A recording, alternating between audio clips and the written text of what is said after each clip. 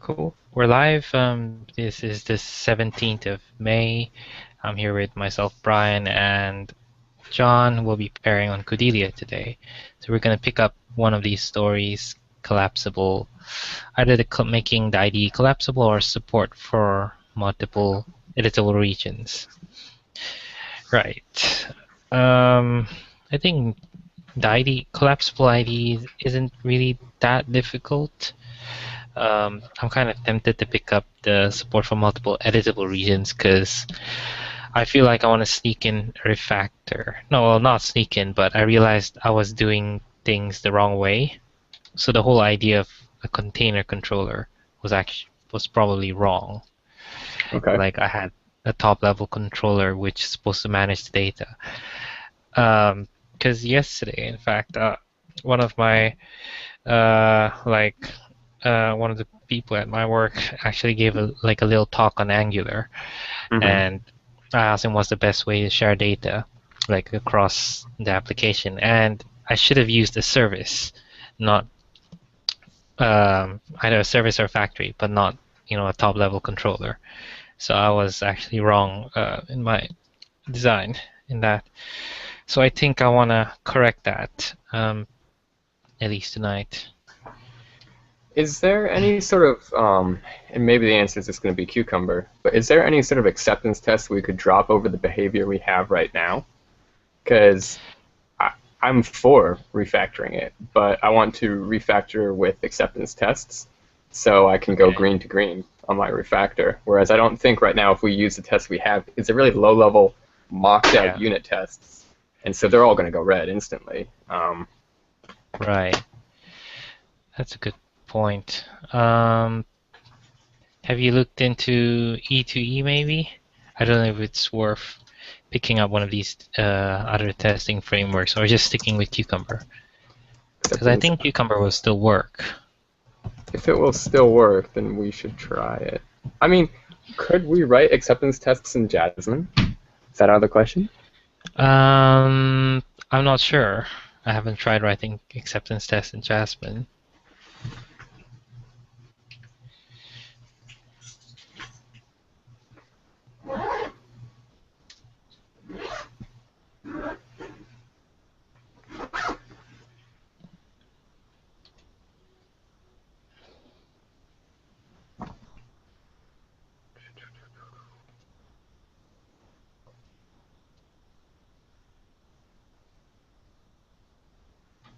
I Hmm. mean, what we would need for an acceptance test is something where we can view the contents of the editor and the editable region. And can we just call it the preview? I don't like stumbling over the word editable. The editor and the preview, Sure. and basically update one and then assert that the other got updated. Okay. Cool. If we can do that in Jasmine, let's just do that in Jasmine. But I don't know if we can. Let me open the code. Hmm. Let me see.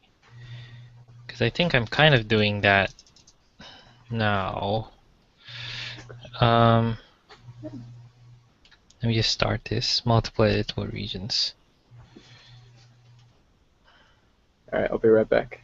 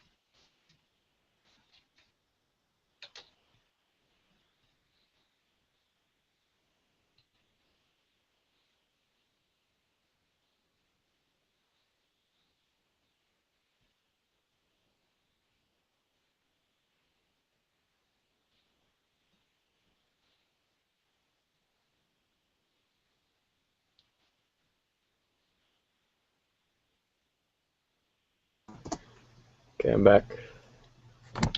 Okay. Well, it looks like acceptance tests are done with Jasmine anyway. Good. Protractor. Yeah. So element something by model. So, okay. Let's try and set this up. Do we need extra tools? Protractor. Okay. But Protractor is just an add-on to Jasmine, essentially? Looks like it.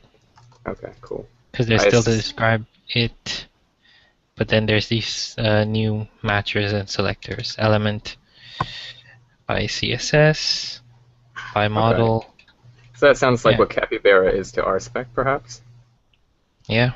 Extension so we can interact with the UI. Yep. Looks like it. So is the recent code still on IDE Reborn, or is that now undeveloped? It's on develop now. Okay.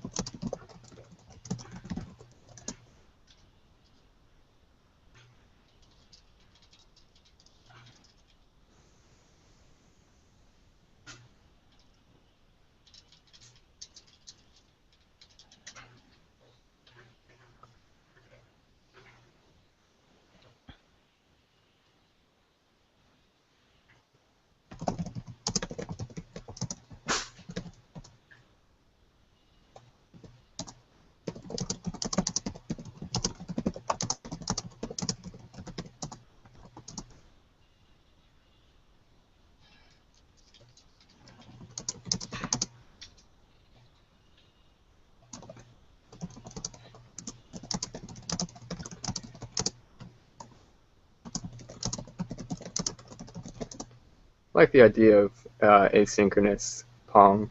Marcella's asking to pair with me in about an hour on a controller spec, but then after that we'll probably ping pong asynchronously for a while.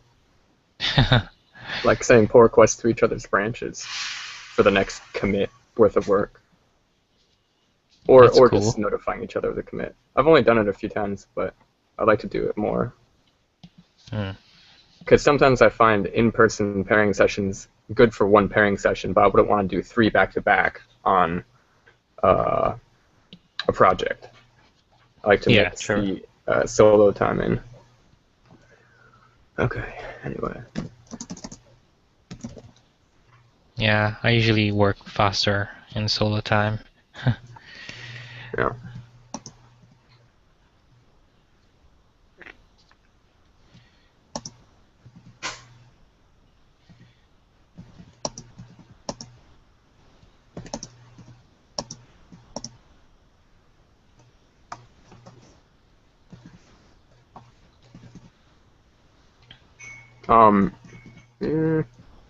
Does Teammate work for you?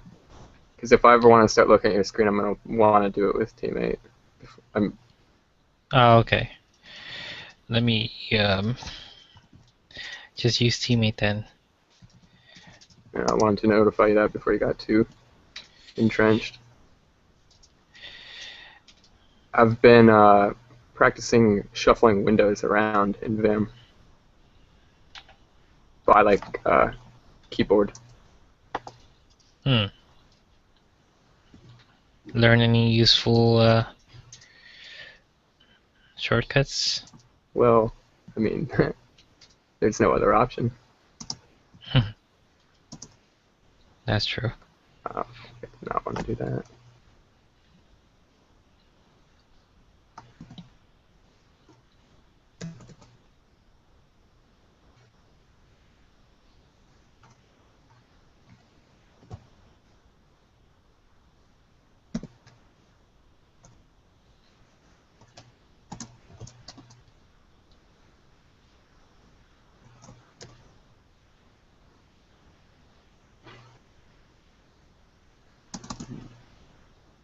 That's like a cool idea.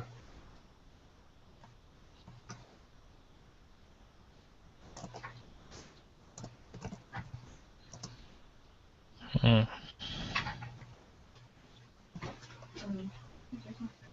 Yeah, let me mute my mic.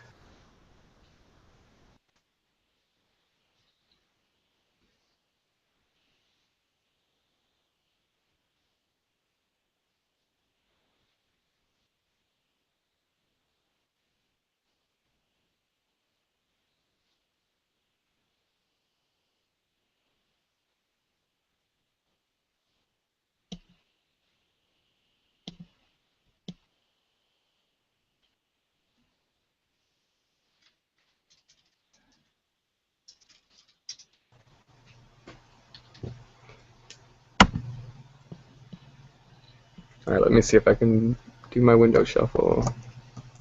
Yeah. Cool. I'm happy. All right, let me read the docs for Protractor. Sorry for being such a laggard. Huh. Well, what did you do? I was talking to my girlfriend, but I just successfully shuffled my windows from vertical to horizontal. Oh, Small victories. how did you do that? Okay, Control W is your prefix for all the window commands, and so Uh, Control W, H, J, K, and L will just usually move you to that. yeah. But if you use Shift L, it'll essentially try to take the window and move it to the right. And the vertical Okay. directions would do as you expect to move it, like basically turn the axis. Oh, okay. Cool. So, because I often have multiple splits open, but then it'll open with the wrong dimensions, and there's no like undo, so you have to be able to manipulate it after the fact. Yeah, that's true. Sometimes I end up just closing them and opening a new one just to get it right. Exactly, which is so unprogrammatic. Yeah. All right, let's Google Rails protractor. It's probably basically the same thing, but Yeah. I wonder if this is just another test runner, but where can I get the library? Like for the syntax. Or we'll just end up using protractor instead of rate Jasmine. maybe that's all this is. I Yeah, but it mean, looks like but it's what's the syntax here? Browser.get? yeah. That's All this syntax is definitely not plain Jasmine.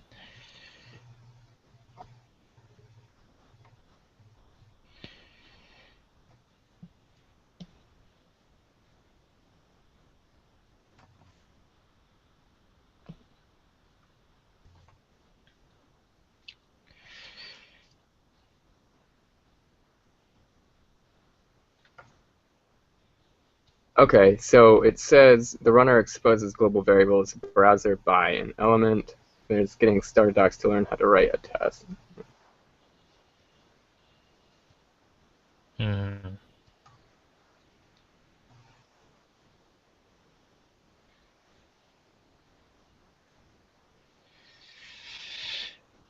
Right. Let me find out what happens if I just use that syntax directly.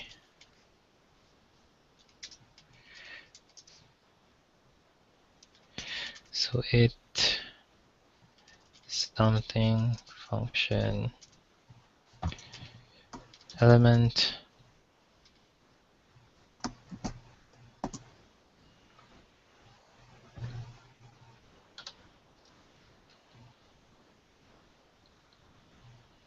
I'm looking at the specifics of the protractor specific Jasmine, and Uh-huh.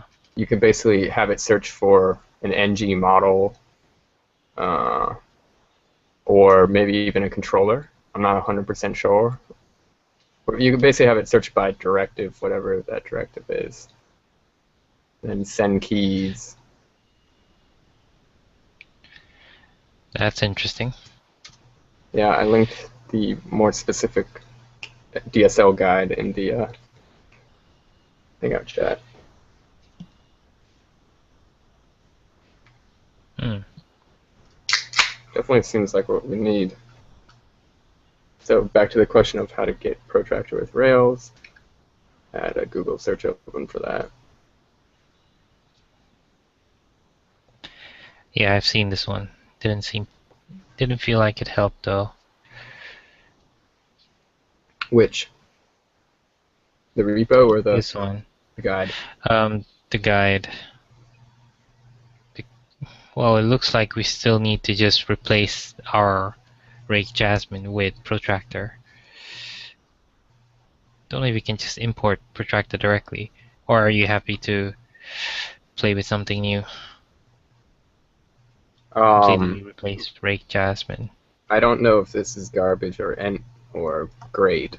I have no idea how high quality this is, but I did find a repo called Protractor Rails. We could post. Let me post that to you right now. Okay. It's still running Rake to run Protractor apparently.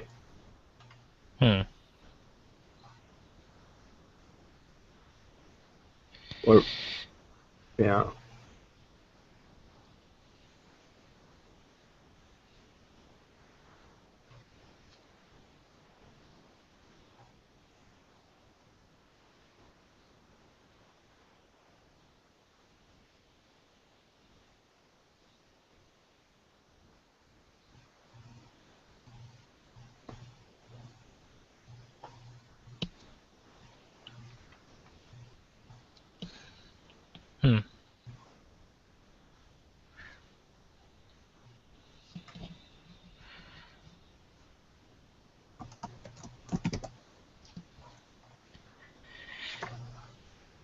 Doesn't seem like it does much.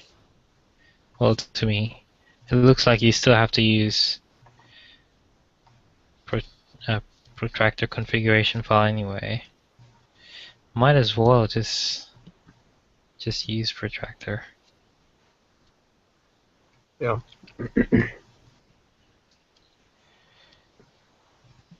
Would we still run Protractor on Rake, or what's the actual execution? You will be running Protractor. Okay. Where's Yeah. the command that Instead says of like calling Protractor Rake. Jasmine, or what is? Or just Protractor? That's all you run when you're in the root directory. Yeah, I think so. There should be a configuration file to pick up all the specs. Okay.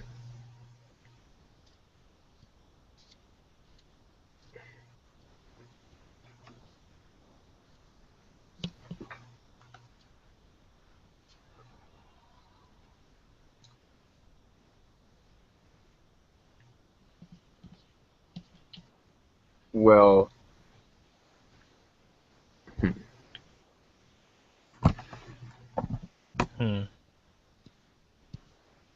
I mean, what if our acceptance test?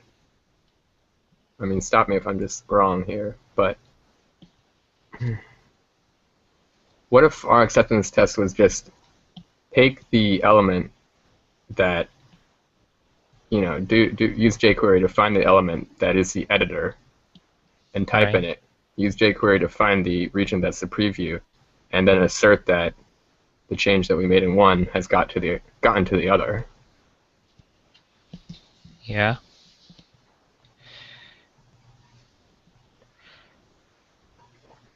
Well,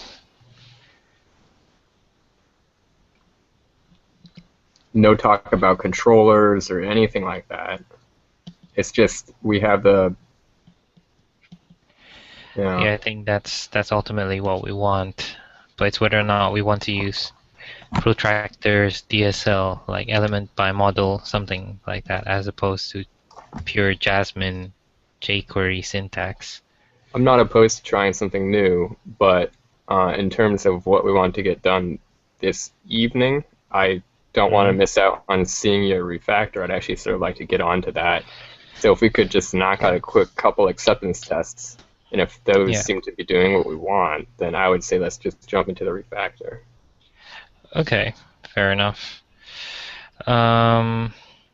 First, I want to see if I actually have something like that around here, because I know I'm doing like here. I'm calling the jQuery method HTML and checking that if it's equal to scope.editor get value. Yeah. So this is kind of like what we want. Preview, then we're What checking the line are you H. looking at? Because I have the code in front of me. 98.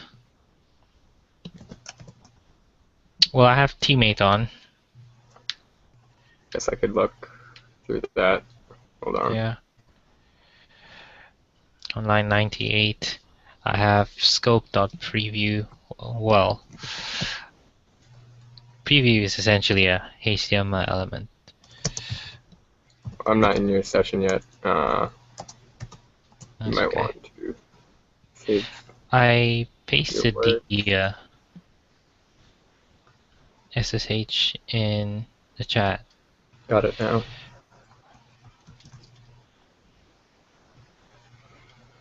I wonder if there's something equivalent to a let in Jasmine. Yeah.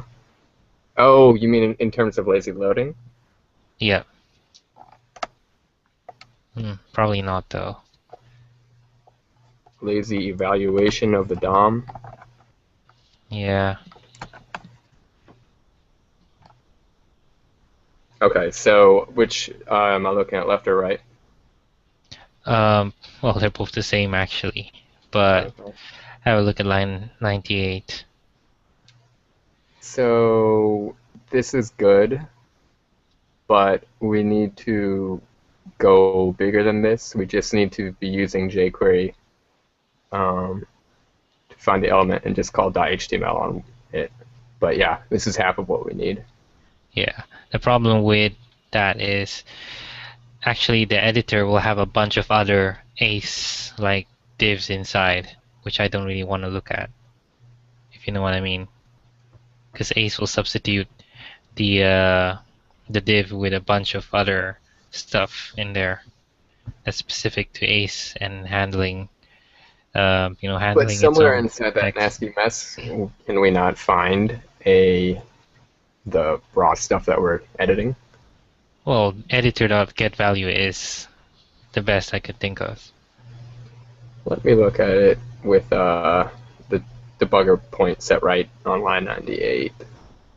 Yeah. Well, Well, there's no reason for us to use a jQuery selector when there is a get value exposed already. the That's what I reason think. why I would do that is because I don't want to be testing any of the internals, any of the implementation. I just All want right. to pretend I'm a browser and looking at one thing and looking at the other, so that you can completely, like, this is just a top level Yeah. test. And if I Well, it, basically have knowledge of the implementation, then when we change the implementation, the test will break. right. But then this is just like You know what? No, well, I'm this not making is any sense because if we change the implementation, the finder to find that region would be different. So I take that back. yeah.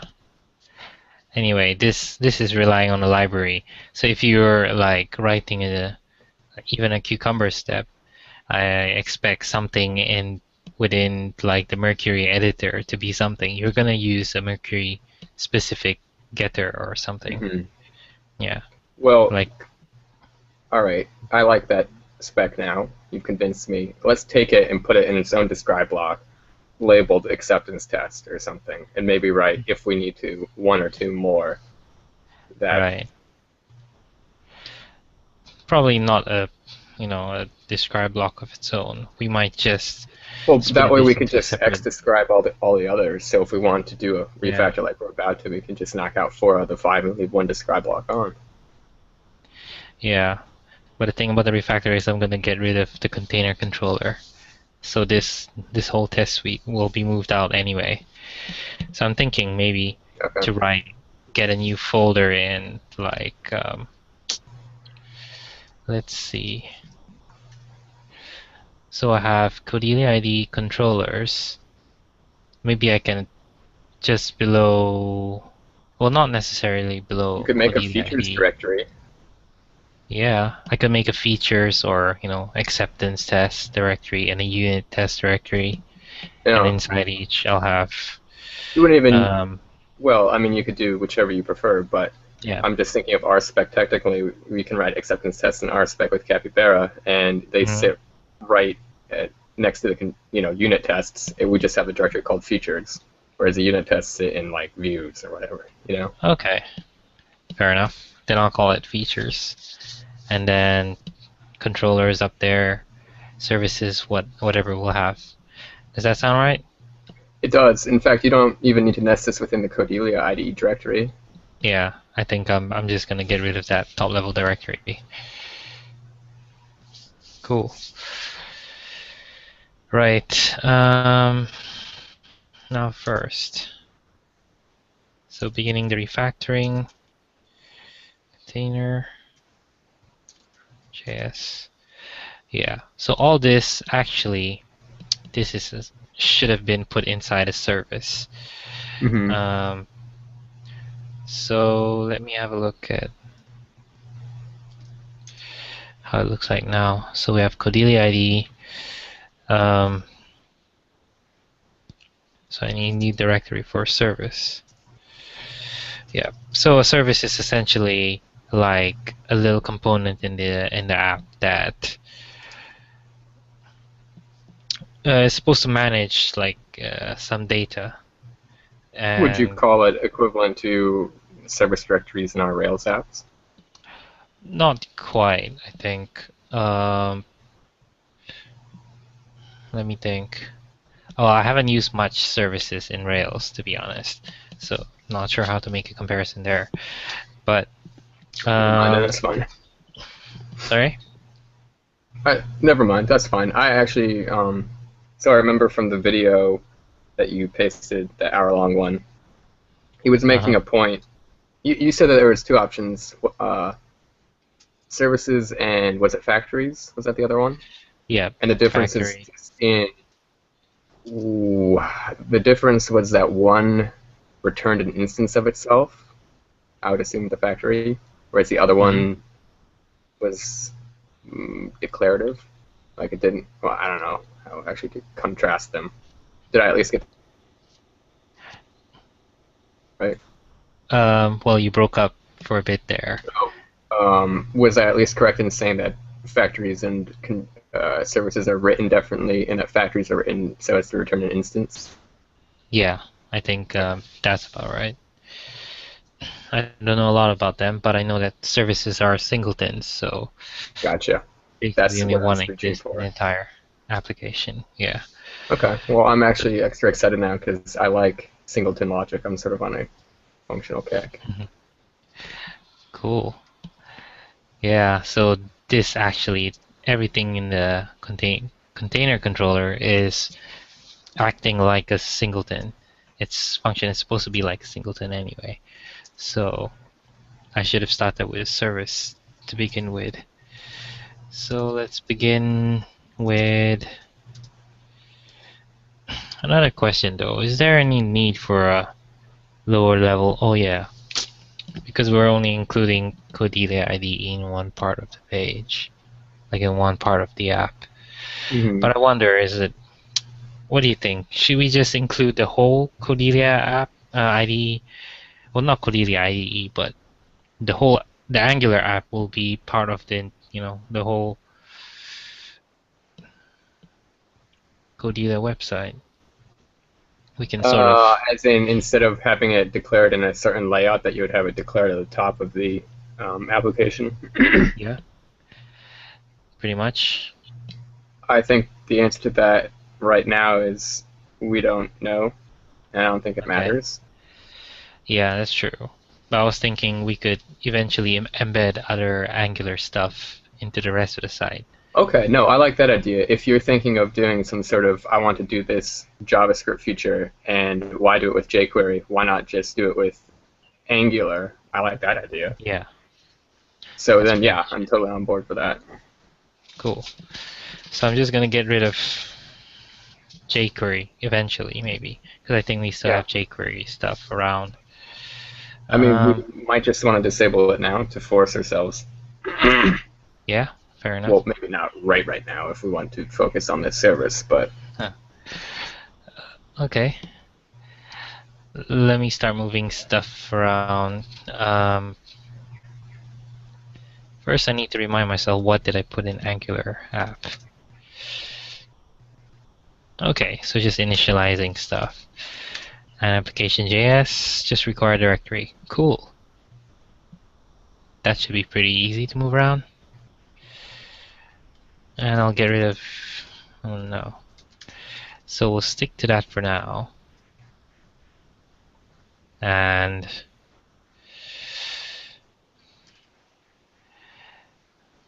let's see.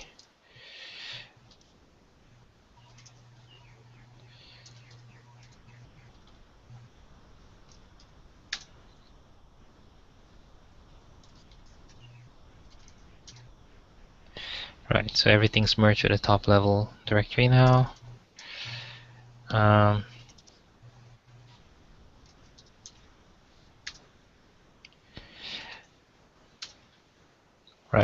now that That looks right. probably just broke our tests for Jasmine. Yeah, it probably will. That not a Where problem. All we just need is... to go is the jasmine.yaml, and yeah. Now where did I put my Jasmine? I'll just open a new one. Oh. Yep. and one thing that comes to mind. So is the Codealia app automatically, or Angular app, automatically being run by application.js still? Um, Because it hold on. has require directory. Yes. Because it required directory. Yep. Because of that, it's going to require the entire directory. Oh, so it requires the contents. I wasn't sure it required directory if it did that.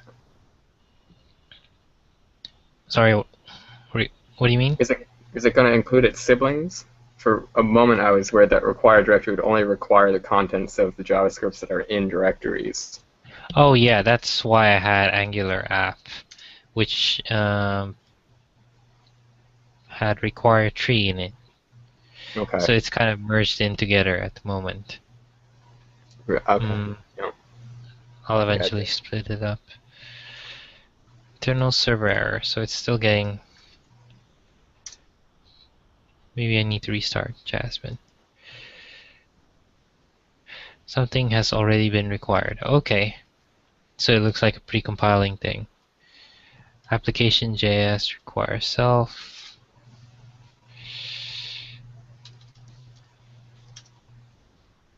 Oops. Okay, that's interesting. So pressing dot... Oh. I don't know what magic that does.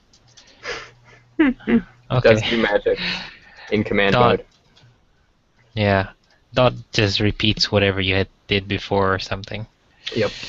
That was a little bit of magic for me. Jazz application.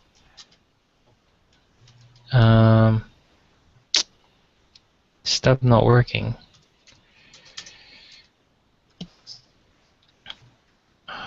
You know what? I'm gonna save myself the trouble and just merge it all right now. Mm. Still want a stub application? Oh. I think you used to have a require tree in there. I don't know if you still do. Yeah, I still do.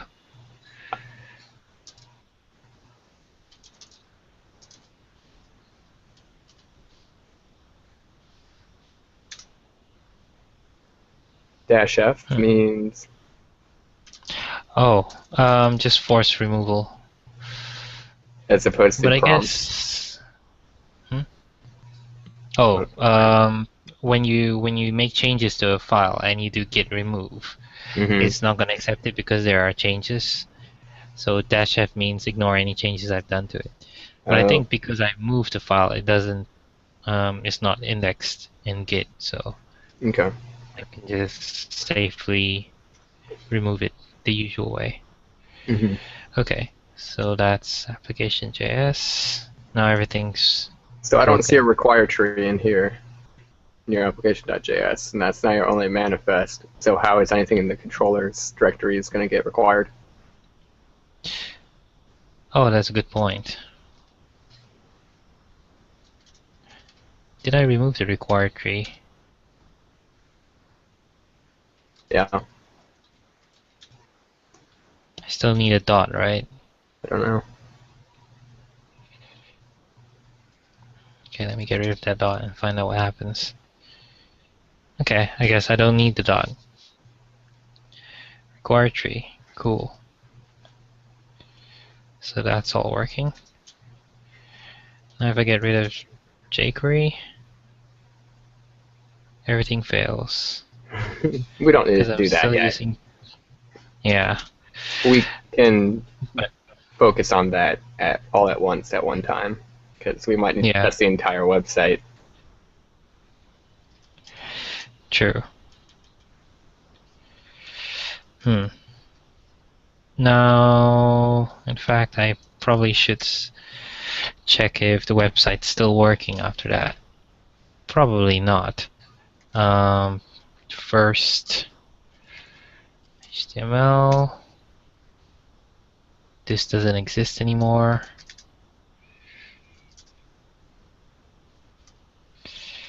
Application HTML.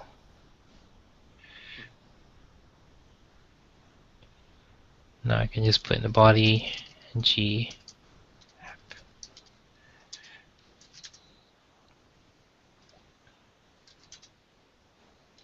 Can you have multiple Angular modules? Modules. I'm not sure. Like ng app equals to comma separated bunch? No, I don't think so. Well, Okay. I'm not sure. I haven't tried it. Well, if we have like significantly different portions of our logic, how do we namespace it? Like there's Codealia on the top level, but below that we have the IDE. Let's say we have some cool Angular used for Oh our yeah, login menu. yeah. Like, Then you'll probably have a different namespace.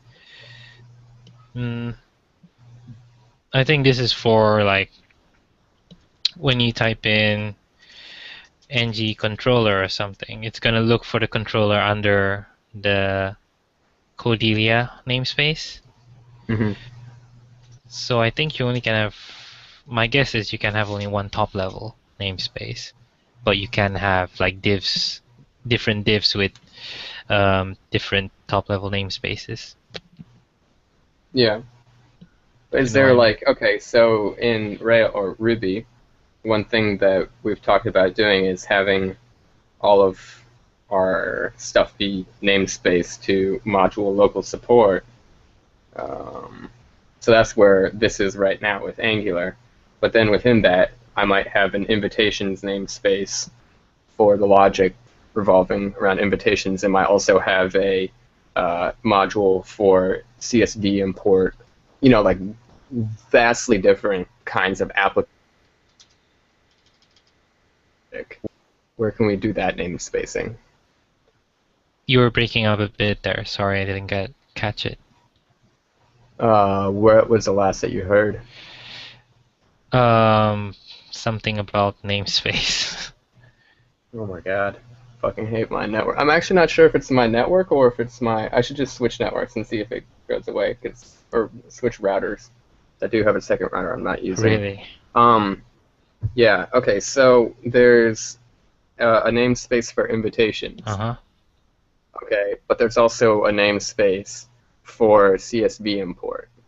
Those are vastly different parts of application logic, and we have them namespace that way, or at least I would like to, like within local support. Right. Um, is there any way to do that within Angular? Like you mean nested namespace? Yeah. Hmm. Like the top of the nest is Codealia, but then one below is some application logic namespace. I don't think so. You might just have to build a different component. Okay, well, No, let's not worry well, about it. yeah. Okay, now back to this. Right. Let me test if the site's broken or not.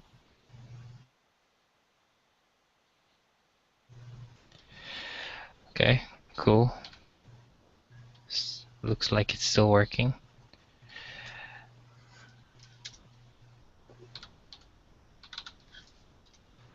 Oops, there's the link.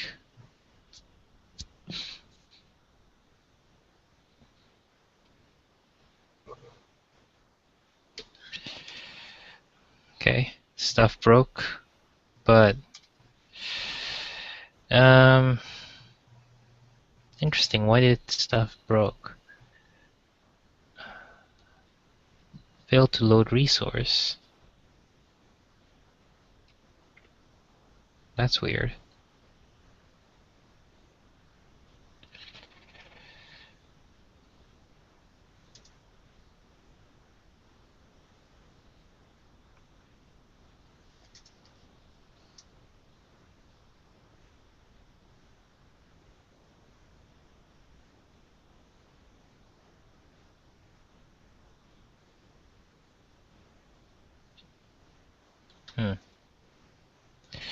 Wonder if there was any JavaScript error here. Yeah.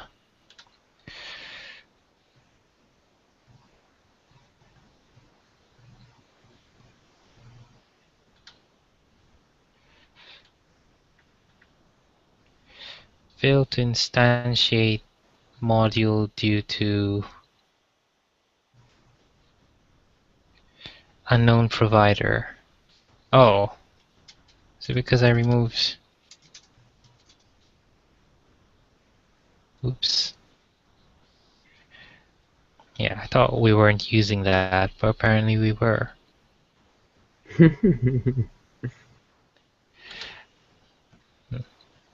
Now what's this? Parse syntax.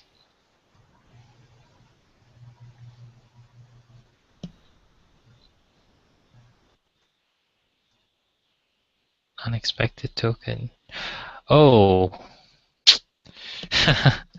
Okay, now I just realized my internationalization setup is confusing Angular because they're using the double curly braces for templating.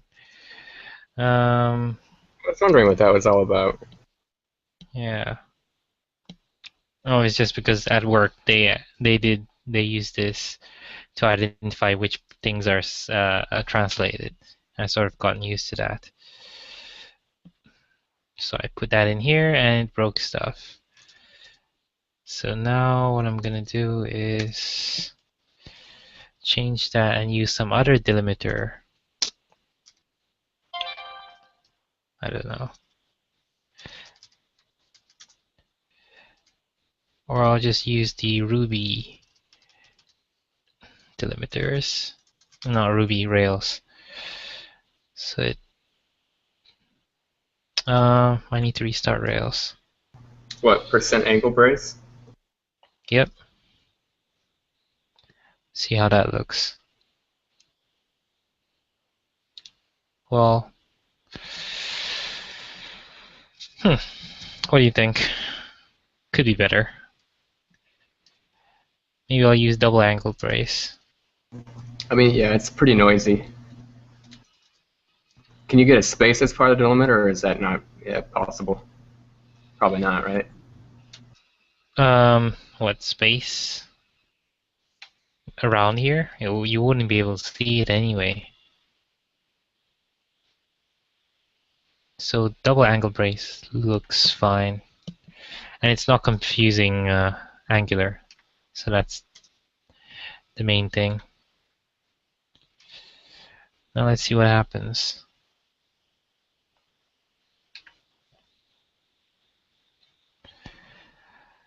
So lots of issues. Missing required controller. Ah, okay. That's because I got rid of...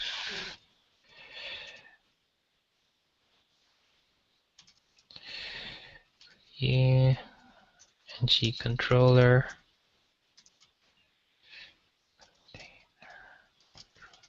Is this how it was called?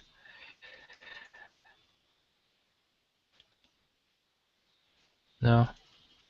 Is it just container? It's at the first letter, no? Let me. Hmm. Okay, so it was just a directive. Okay.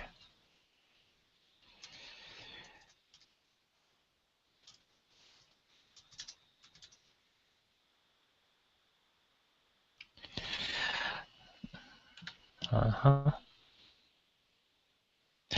All right. Um, how did I do this? Yes, that will be in routes. Get no template controller. There you go.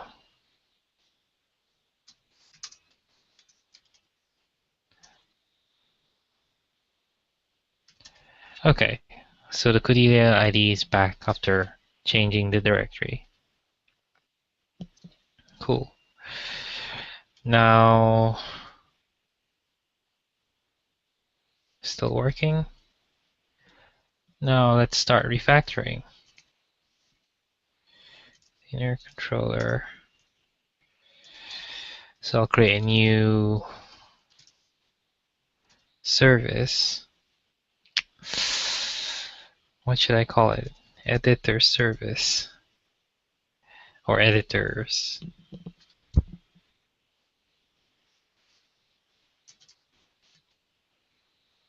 Does that make sense? Or editing I would service? say that if it's in a directory called services, you should not use the word service. Well, I'm just thinking of all the other Rails patterns, like, controllers. They always have controllers after that. I guess model is the exception, but if you have anything I think else, the controller is the exception. you think? But what if you want to have a service for events? I'm just saying, like, we have an event model, we have an events controller, then we want an event service. What do we call it? Okay, good point. Yeah. Oh, what did I do?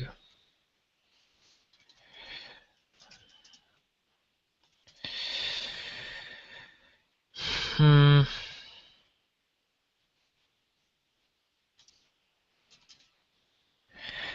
I might just call it editor service to begin with.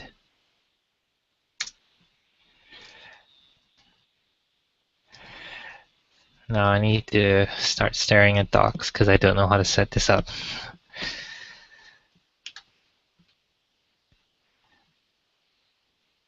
Controller.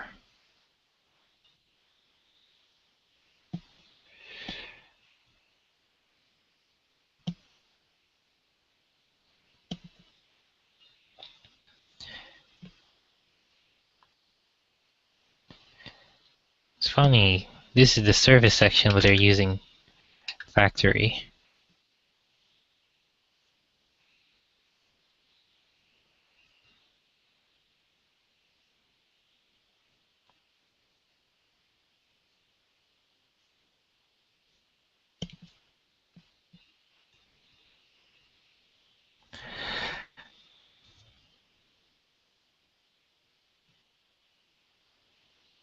Is it called factory, maybe? Maybe it is factory. Because I thought they were different. Factory service.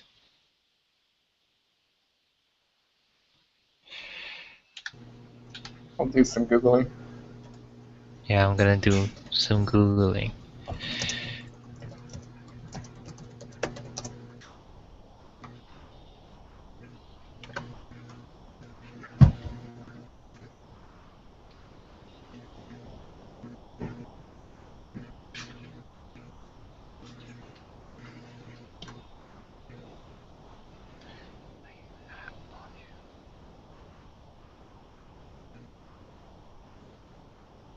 Well, I don't want to take you off whatever you're reading, but I have a good Stack Overflow I'm going to link to you. Okay.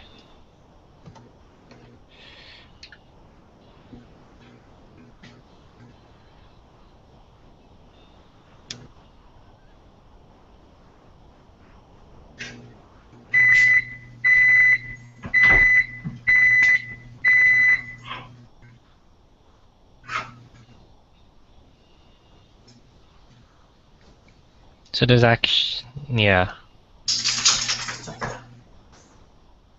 Hmm.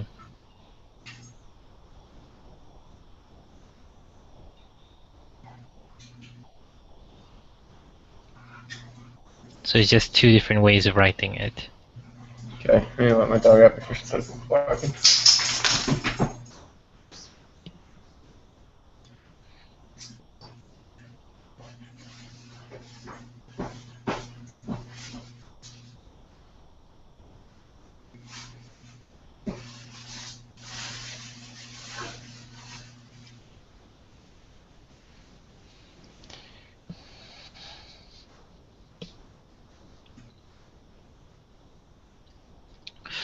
Alright, so let's stick with factory. Although, keep the top level directory. Yeah,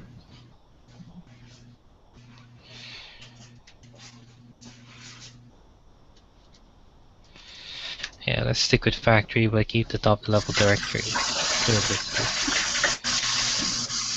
Because that's what Angular categorizes them as.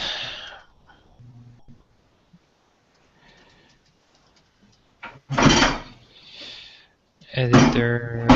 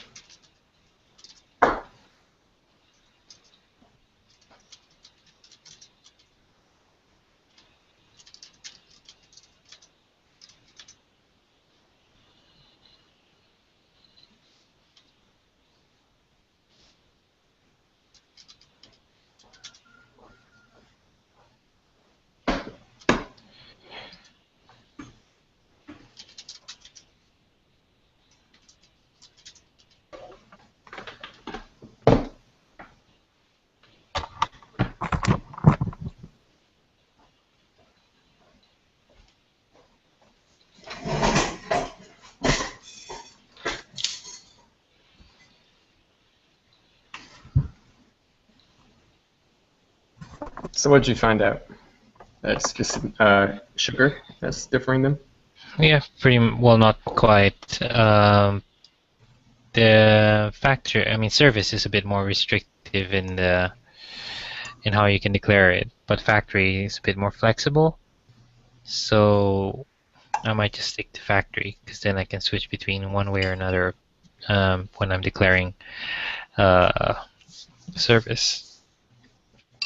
Sure. So like service, your function that you pass in has to be like an object function, a JavaScript object function. So you need to use this and that, you know.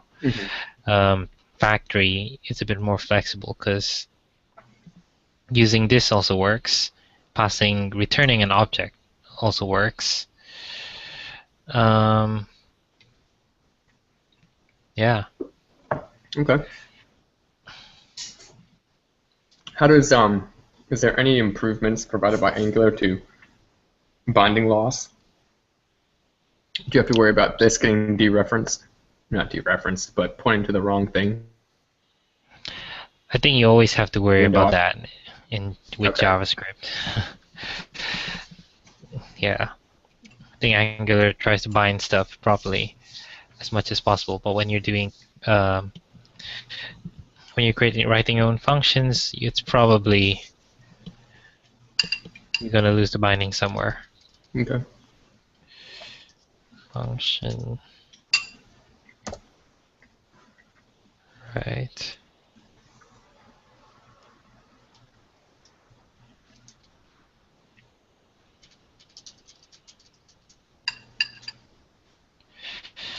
Let's see.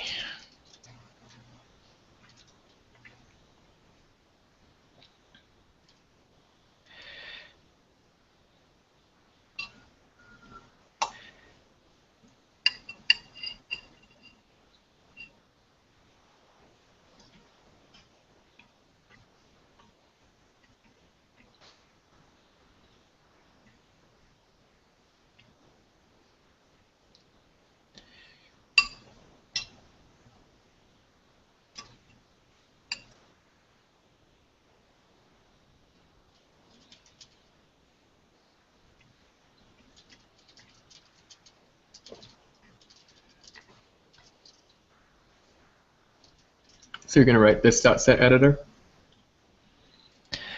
Um, I'm just passing that back in an object. Well, I suppose I could write this dot set editor too. I mean, which syntax do you prefer? Well, I thought you just told me that's what you're going for. Well, not quite, but I could go for that.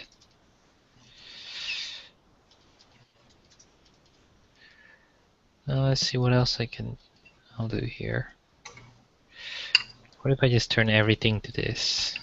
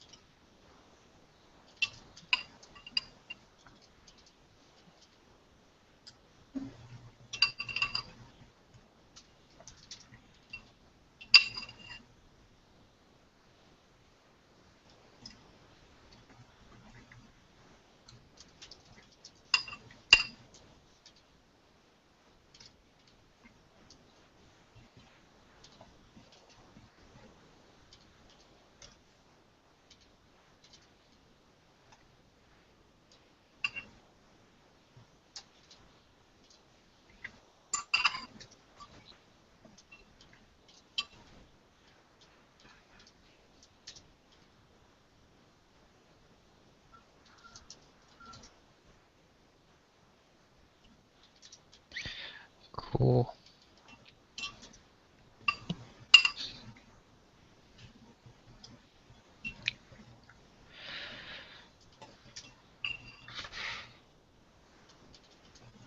So I'm just replacing all references to scope with self, which I alias to this. Makes it Okay. easier so I don't make a mistake. And that alias, is that actually useful in preventing binding loss? Because Um, now any references of self.editor actually will be bound correctly if yeah, called somewhere else. yep, pretty much. Cool.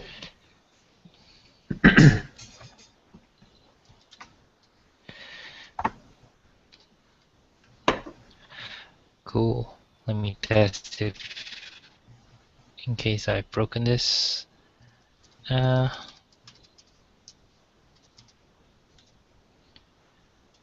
Just gonna tag it there so that I know I'm running it.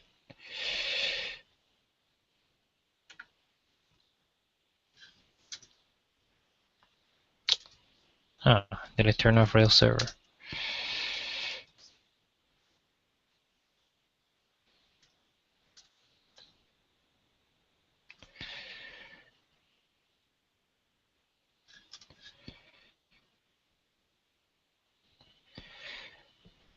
Okay, cool.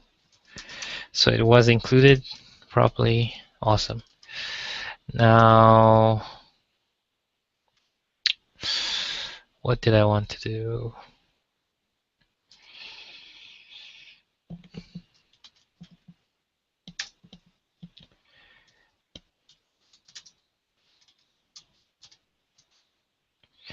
Now I can include it as a dependency, like this. I think. Let me do a bit more uh, poring over documentation. Find out. Maybe just Google.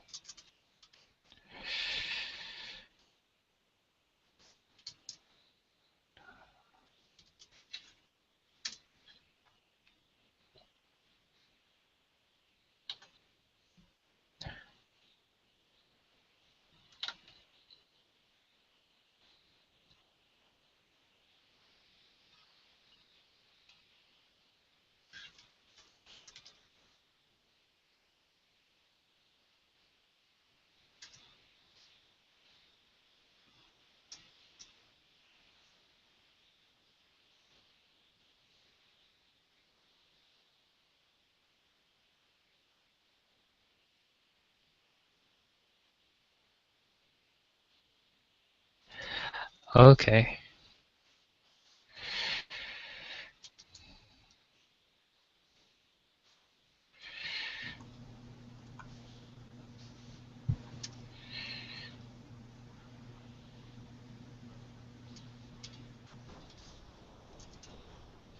Oh, okay. Makes sense. This should still work.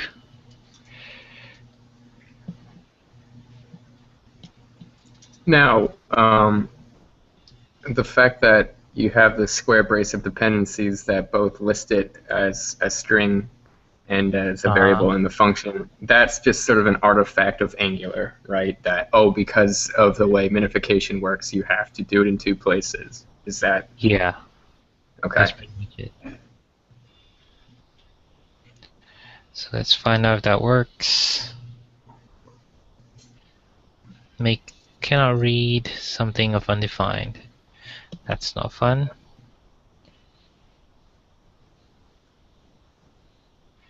But why not?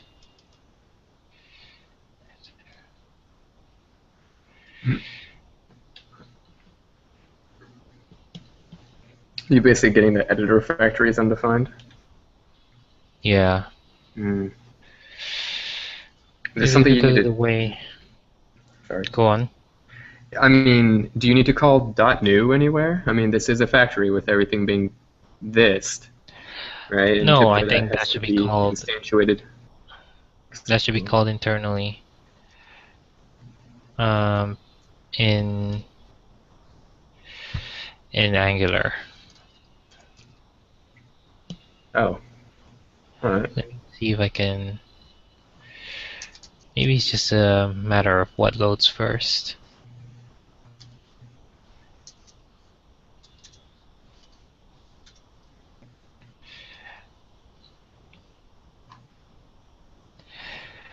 Nope.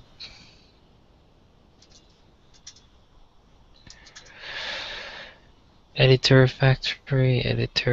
factory.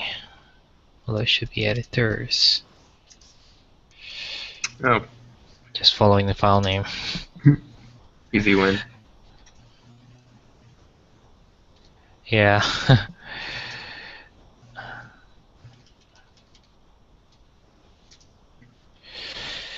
Now, why would that still be undefined?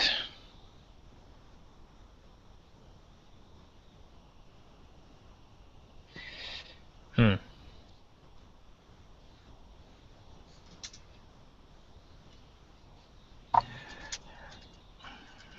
A bit hacky, but let me find out what happens when I include it just above. Mm.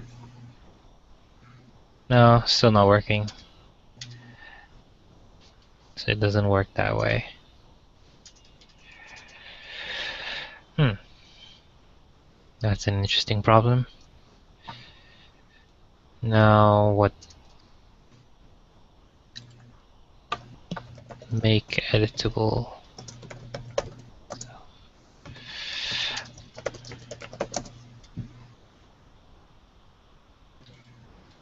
I'm looking on Stack Overflow right now.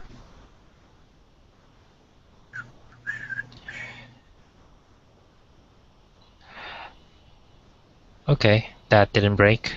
So it looks like it was the problem with my definition of the factory. Oh, Yeah, for some reason it uh yeah, for some reason it didn't work. Or something. No, that shouldn't work. What am I thinking? Because it's not gonna call new. What if I change this to a service?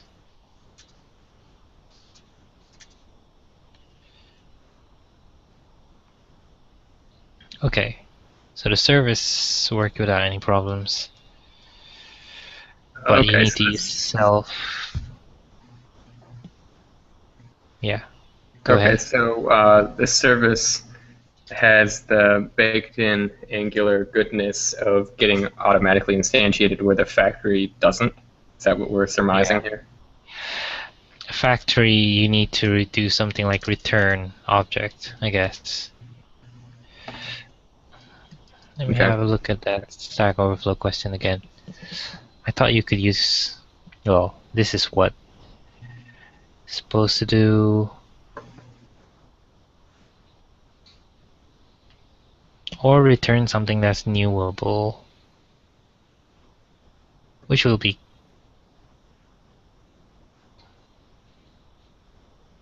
right. So that's actually what I did with the return self. So we can do this factory or service. Mm-hmm. So it's, well, I guess it depends on the user. So this isn't hooked up correctly yet. So, yeah, if Oh, factories yeah. aren't automatically nude, don't you have to manually do it?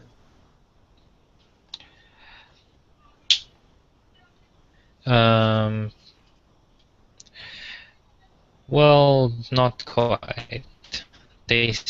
According to Stack Overflow post, you can just return a function that's newable, Mm-hmm. and it's supposed to figure that out. You can either instantiate it or return a function that you can use to instantiate something. Yeah, okay, I'm reading that.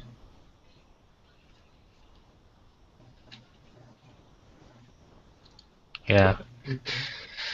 Okay, so it's still broken because what other directives did I have?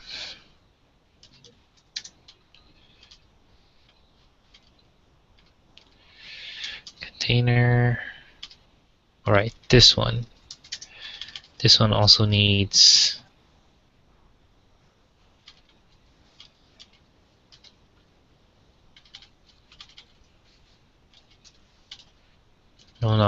no controller.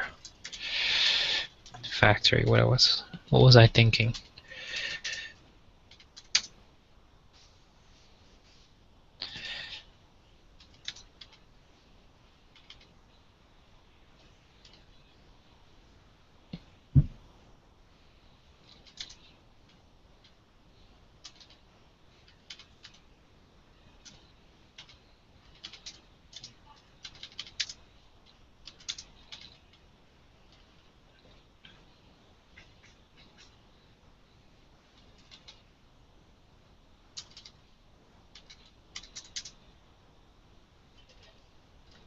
Just being a bit pedantic about the indentation. No, that's good. Because otherwise the line goes past 80 characters. Yeah. But the hound's been quiet lately, so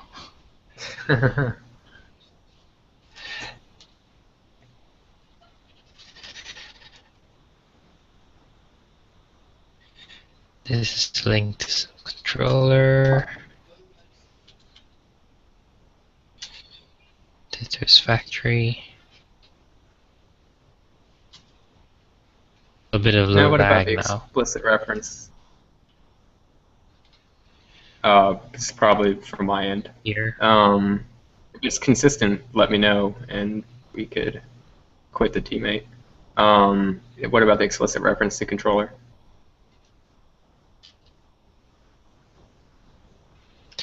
Oh, this is just pointing what type of controller it's supposed to be associated with.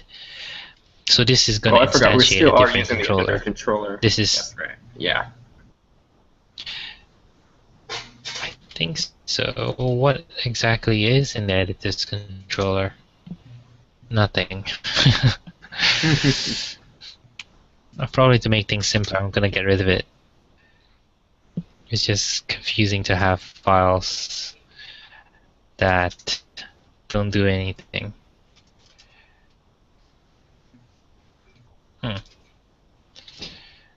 JavaScript controller editor. since we're not using that at all. I'm gonna get rid of it.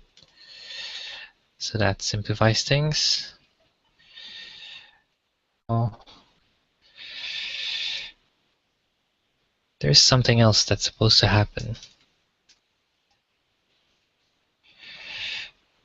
What exactly calls initialize editor? I can't remember.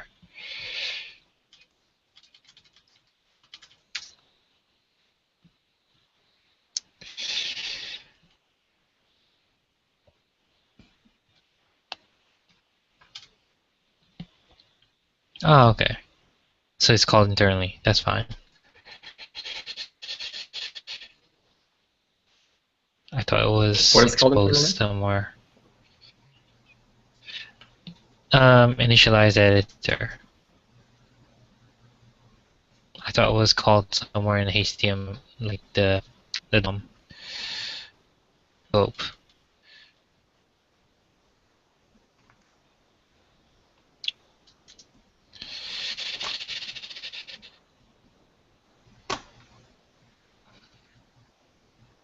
Yeah, I really don't know why I attached it to scope.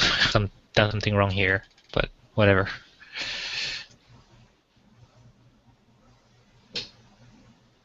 Now let me see.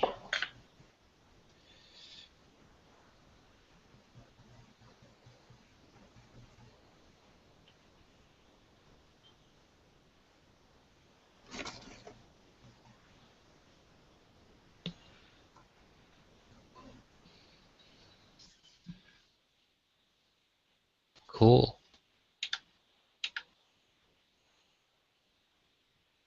A lot of things. Or it's just loading very slowly. Okay.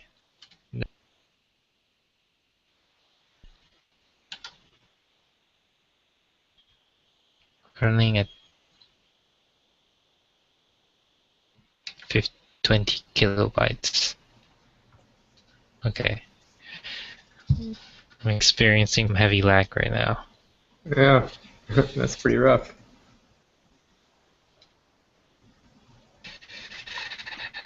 Okay.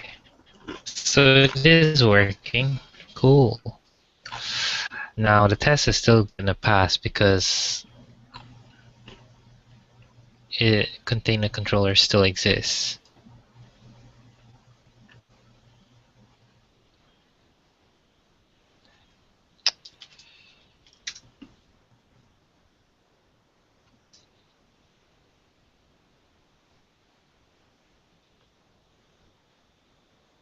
Yep. So what I want to do is refactor all those tests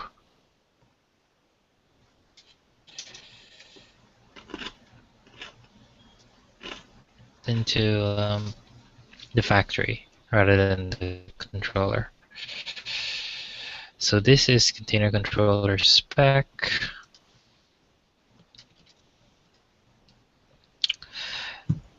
Looks like Error you just writing to sent me channel. out. Did you disconnect or something? I think you did. Let me try the SSH key again. Really? Yeah, it says connection closed by remote host. Interesting.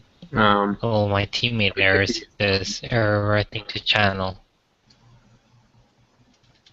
Sorry? yeah, do tmux show messages I and didn't hear what you said.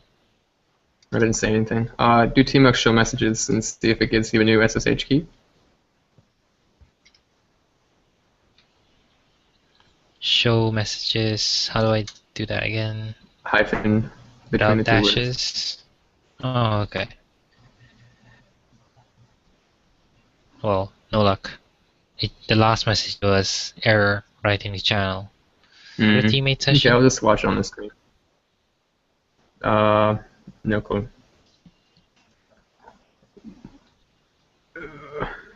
I'll do some Googling. Just continue on your stuff. I don't want Okay. to.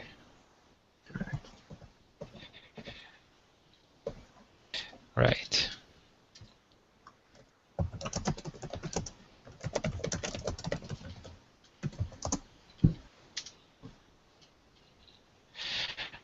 pretty much just gonna copy everything in here. What was the text of the error message? Error writing to channel, right? Yeah.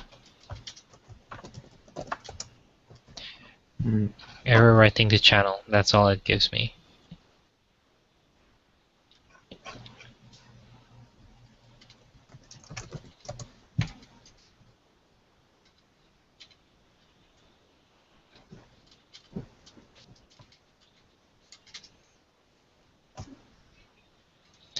So the big thing about the test is there is no scope.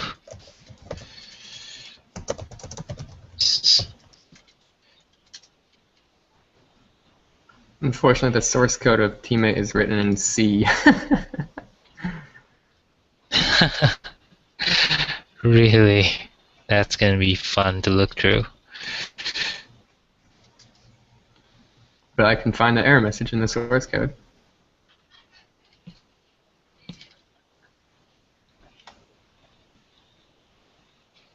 Are you on a Cool. Mac right now?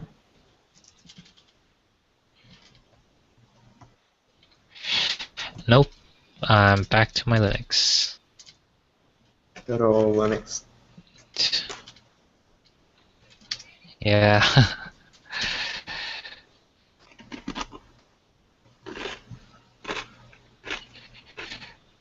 Let's see what happens. Everything fails. Okay, now I've got to pour over documentation again. Testing. Now let's have a look at how test.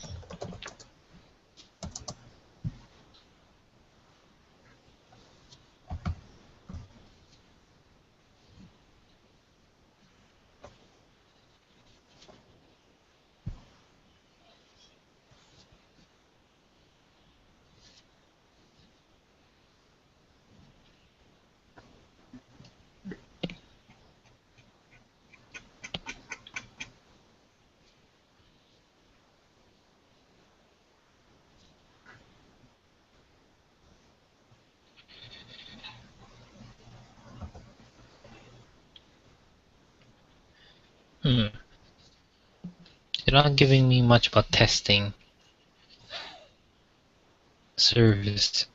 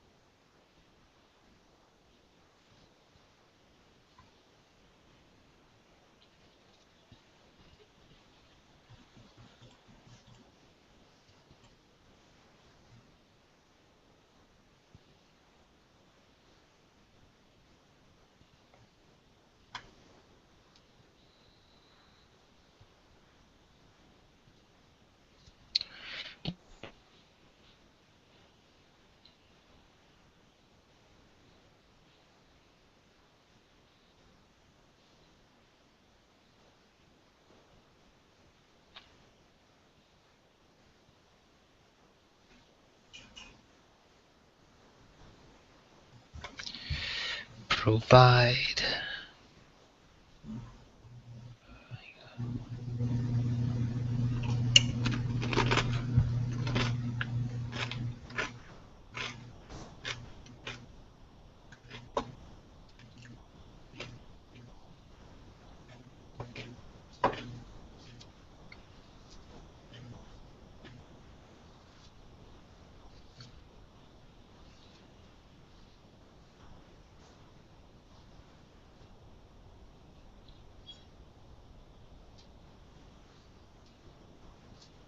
Hmm.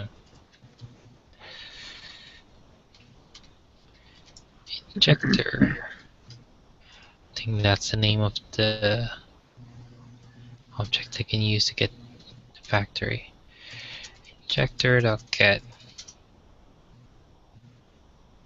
That's my best guess. Nope. Controller is not defined. A bit better.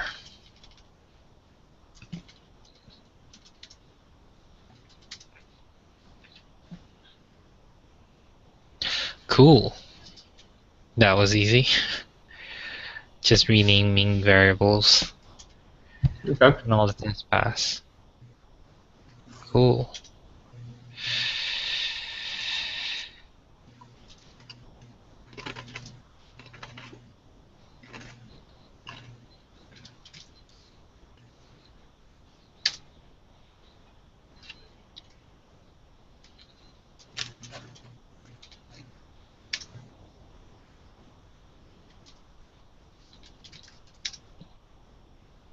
Cool. So it's working now.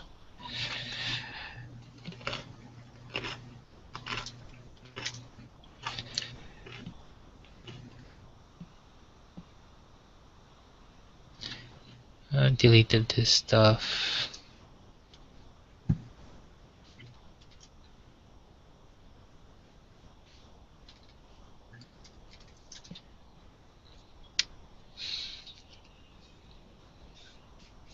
Now it looks a lot more compact. Now we don't need Codealia container anymore, so I'm just gonna remove that. JavaScript directives container. And you wanted to rename CDL editable to preview. Yeah, that would be my preference. Okay. We can definitely try that. CDL.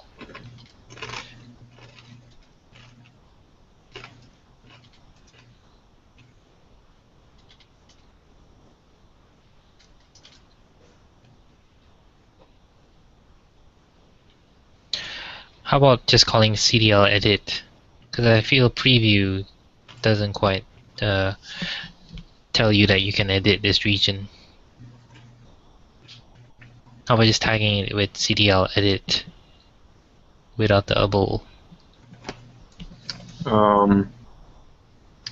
But I mean, it's not like you can edit the region. You can't put your cursor in the page there and start typing. Yeah, true, but that could actually come in the future. That's what I'm thinking. Yeah. I can't understand how that would be instructive for the kids. Hmm. It just turn True. into an editor or like a text editor, you know? You want to get them into the HTML. Yeah. A preview doesn't. Maybe it is a preview. Right. I'll just stick it with preview for now. Struggling with names for too long. Doesn't really help. CL preview.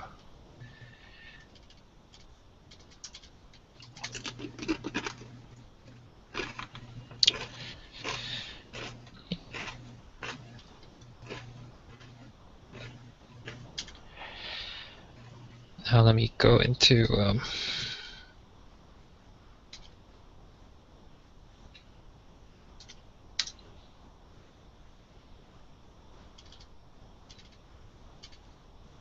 So Teammate is like a really new thing, as far as I can tell. I'm looking at the guy's repos and him coming on issues. Like, this is just his pet project, and he's like looking to completely rebuild it. But oh really? yeah, it's all So like it's gonna brand be new chat. Like this is from a few weeks ago. Like things that he wants Uh-huh. to do: restructure the whole server side, allow reconnections and fault tolerance if one of my servers dies. Um, the new pipeline will also incorporate WebSockets for the HTML5 stuff and session recording, probably to Cassandra with full text search done with Elasticsearch. Oh, that's quite a lot. Yeah. It's not gonna be a pet project anymore. Well, he's like, if he were to turn this into like a commercial offering that has a free version. Yeah, that'll be cool. Okay, renamed it the Codealia Preview. Awesome. Cool.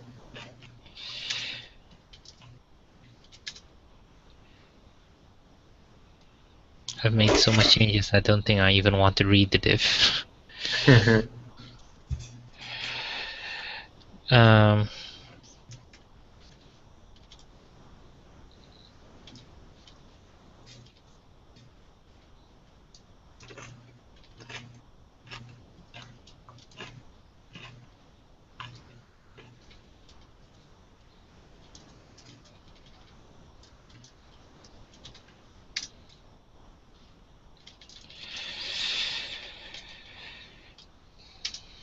right.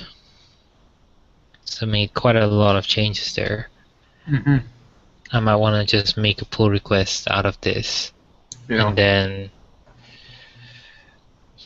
because then it keeps Pete up to date, because we're calling it preview now rather than editable. Yeah, Yep. it's easier to say preview, although I'm not quite happy with Oh. preview, because it feels like you can only Mhm. see it, not edit it. Well, you can. Yeah, Although we true. can edit it in the editor. True. But tagging it as preview doesn't really make that association that you can edit it through the editor. True.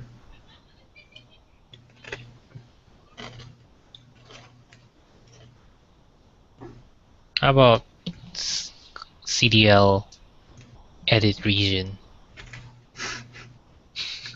I still think that's ambiguous. Yeah. I mean, although preview isn't the right word, at least it's clear that it's the output. True. But it's not quite clear it's the input to the editor as well. Mm-hmm. Yeah, I guess we don't really have words to capture the concept of two-way data binding. No. Because I feel it's more important to to say that this is, at least to Pete, that when you type, he writes that attribute, he knows it's going to be editable Well, actually, in isn't the it editor. only input to the editor once, and then after that it's just a one-way? Yeah, pretty much. Okay. So, yeah.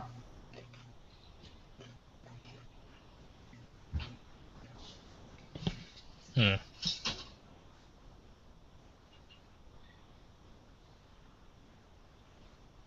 Got some salsa here that's absolutely disgusting. Tastes like ketchup. What is that? My salsa? Oh, really? Yeah. What happens when you buy the You buy off-brand? the cheap one. Yep.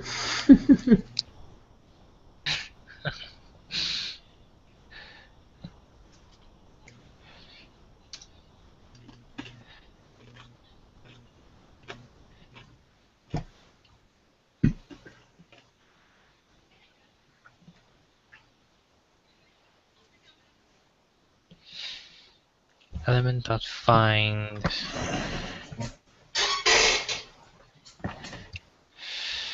Now let me see. So This is that doesn't using feel... JQLite or jQuery? Sorry? Which one? Element.find. Oh, I think probably both support this syntax. Element.find, I think it's just aliased. I mean, the dollar bracket is an alias of element.find.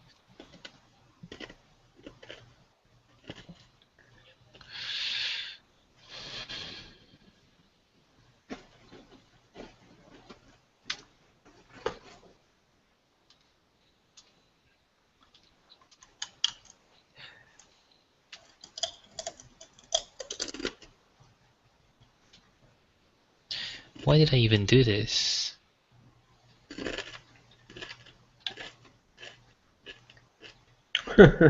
This is where your editor is. Why you have it in a separate div, I don't know. Is that what you're asking? Oh, okay. So this is actually will be I mean, it makes inside. sense because you might want to. Yeah. Yeah, I guess. But do I really need to put an ID on it? Oh, well, I guess if I want to style it, yes. Yeah, okay. Okay, makes sense. Oh. Do I want to use a bit of jQuery here? Because then it's bound to that ID.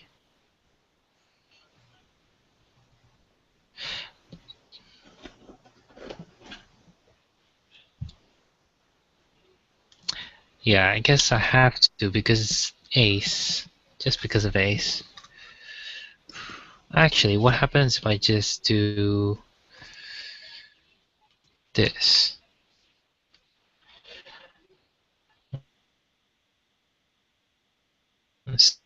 Still work?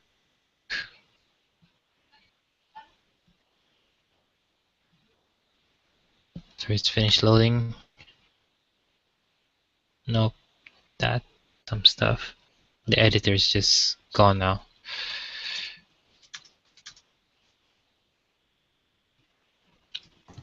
I mean, you Okay. could boot into your tests, put a debugger at that point, and inspect what element is in the console and see what sort of productive things you can draw out of it. The element will be. I know what the element is. It is the top level one. But yeah, what happens when I did that replacement? Because then it's gonna replace all the properties of that div. Yeah, so it appended the class Ace Editor Chrome on it. Maybe that's incompatible with. Oh no, it's because of the style. Yes. Now, if I instead had the ID here,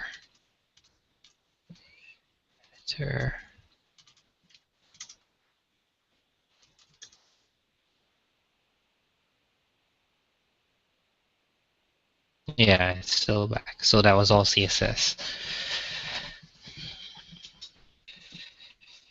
Right. So now the big question, why did I even need a template for it?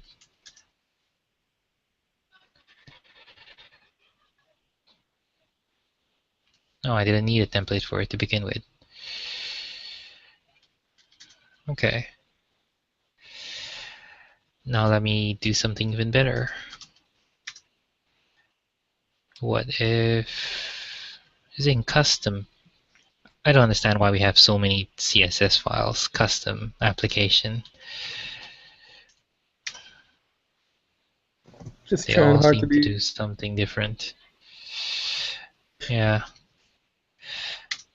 Oh, and I have Codealia CSS as well.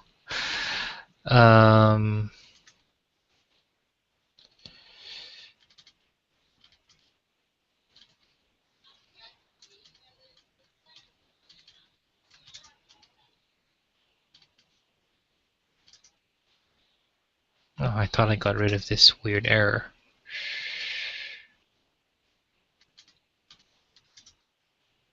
I don't know what the syntax is for, just grabbing an attribute.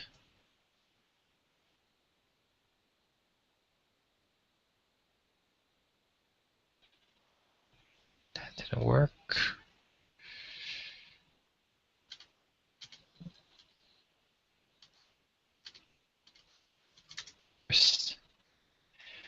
Okay, that worked.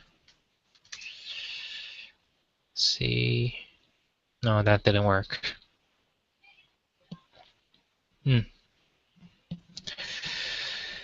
That's unfortunate.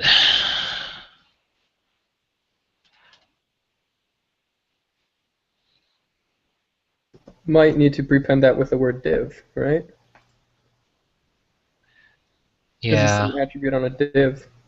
Like the example I'm looking at is a target blank, with the target blank and the square braces, but A is at the front. Yeah.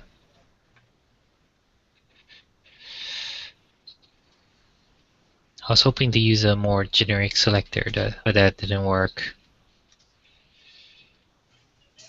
Mm.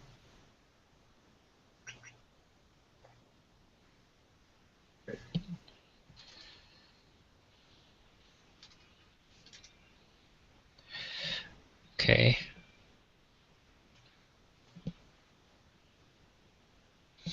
Nah, I'll just leave it with an ID.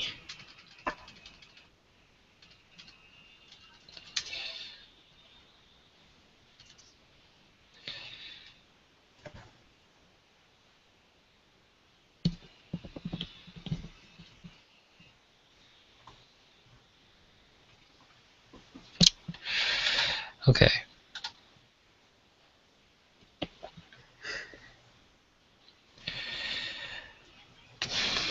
Yeah, we probably don't need a template right now, but in the future we might. But it isn't that hard to introduce.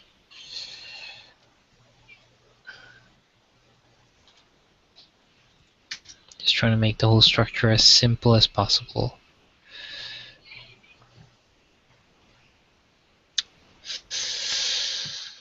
So, because in the future we'll have tabs, and when we have tabs, we'll need to have that CSS all set up.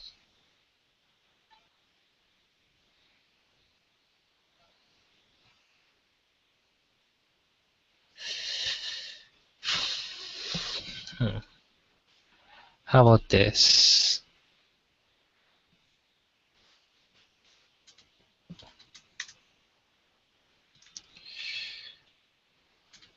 Nope. Still want that, but then in here, instead of element 0, and I'll keep the template.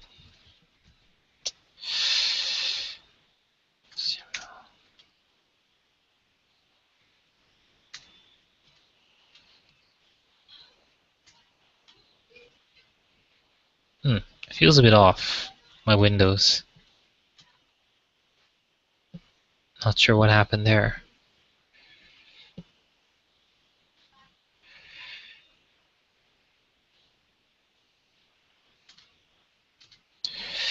This is...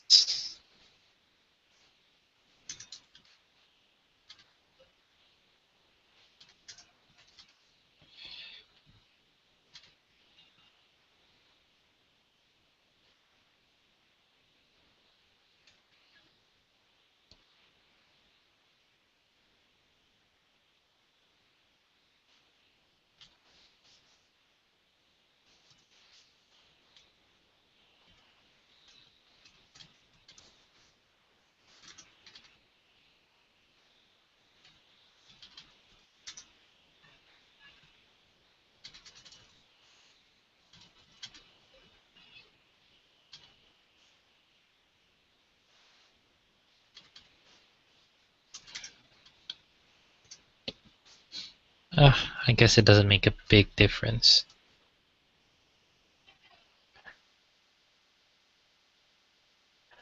But it will make it easier to style stuff. Or what happened there?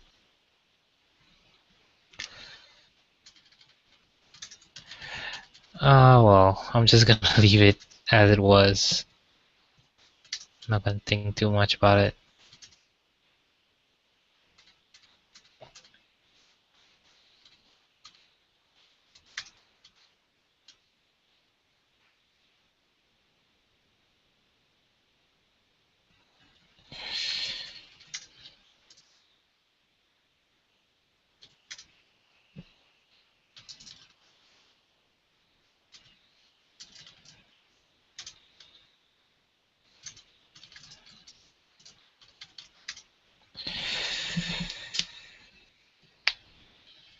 Cool. I'll probably just make a pull request out of this.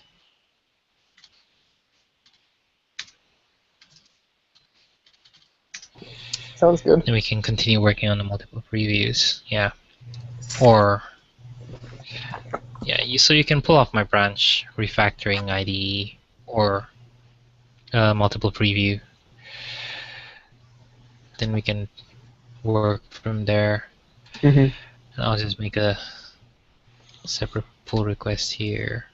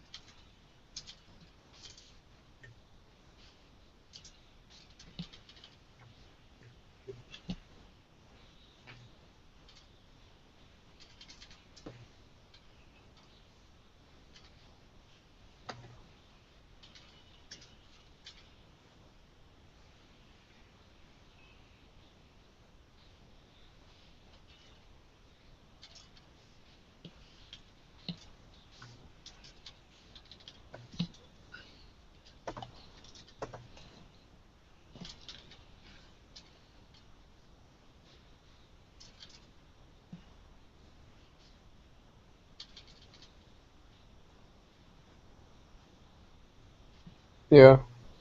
What I read here that sometimes the session times out with teammate, and the only thing you can do is close it and recreate it. Oh, okay.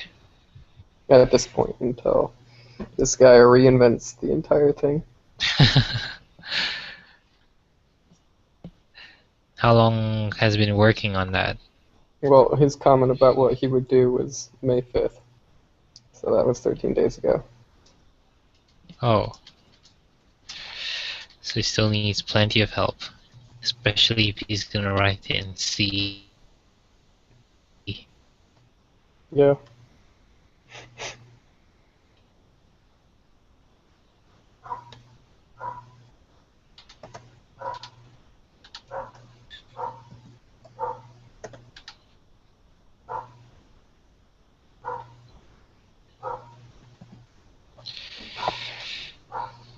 Now, just for sanity check, I'm just gonna run rspec and cucumber.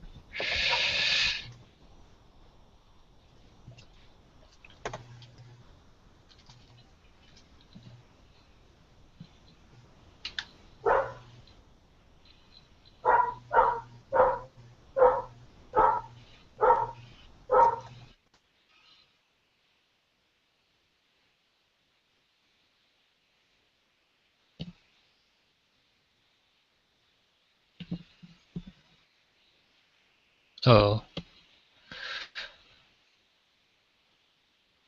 Damn it.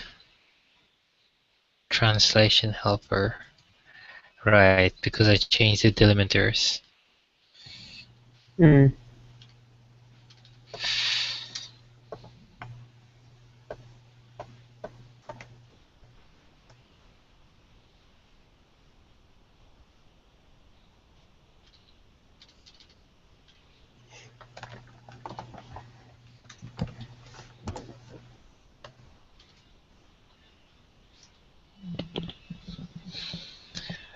Codealia is still so small, so you don't feel the cucumber in the rspec.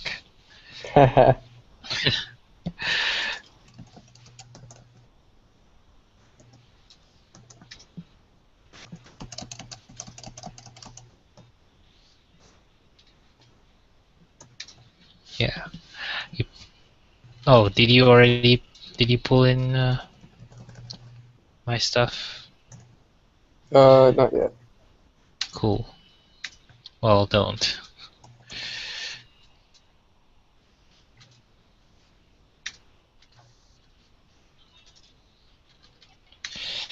Because I'm doing some breaking changes to Git. Trying to keep my commit history clean. I've been so obsessed with that lately, especially at work. Because, well, we always do it. At least at work, I'm always doing it. Because they want it that way. Always, every pull request, just everything squashed to one commit. And so It even makes if it harder you to pong. harder to Hmm? what? I mean, it makes it harder to do like GitHub Pong if you practice that. But well, we don't really do that work, so it's not an issue. Hmm. But for us, it is a problem if somebody pulls in a commit that you're amending. Oh, right, yeah.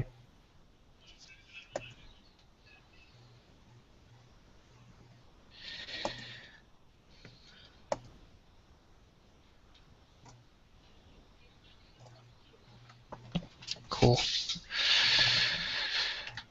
Right, so this is all on a separate PR. Now we're free to pick up the other stuff. So multiple IDEs, multiple editable regions. That's going to be an interesting one. So make editable is going to have to do more than just set preview to something. Well, do you have any idea how you're going to do this? So I pulled. Yeah. I'll let you drive for a bit. I'm going to have to turn in soon. Okay.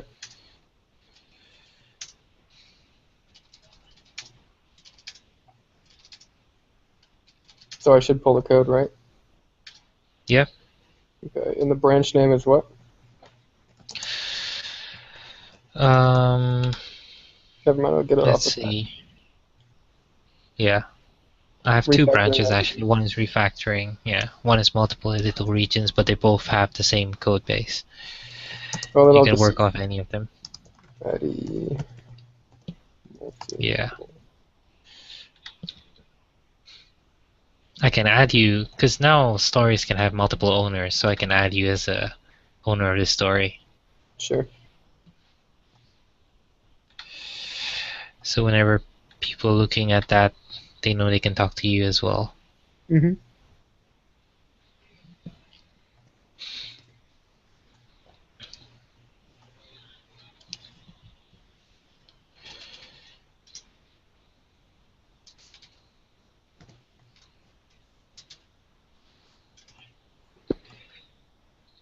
Hey Marcelo, Hi guys. welcome to the party. Yeah. Kind of late to the party, my friend. You Sorry. missed the fun part. Not late. Yeah. You guys are ready to go to bed probably, right? Well, not. Well, I I'm am. Well, in the no. U.S. That's right, not Johnny, but Brian probably. Yeah, Yeah. it is late over here. Yes, yes. So what do you guys work on, Codealia? Yeah. Yep. In fact, Brian, could I ask you a question? Yep. So you still have all the logic in the container controller. It's just now duplicated in the service. What's up with that? Oh, do I still have the container controller? Uh-oh. That wasn't intentional. You know what? I'm gonna go and remove that.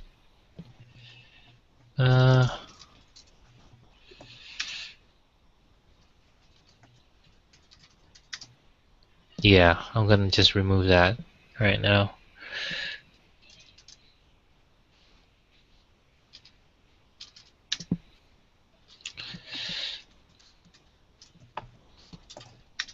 Now, we also still have the Passions Editor template. Did you want to kill that and Yeah, update I'm it? gonna keep. Oh no, keep that because Okay. I'm gonna need that in when we're gonna do the collapsible thing. Okay, yeah. It's easier to work that way, and also for multiple tabs, I think, because the only way you can add tabs is to have a template file. Mm-hmm.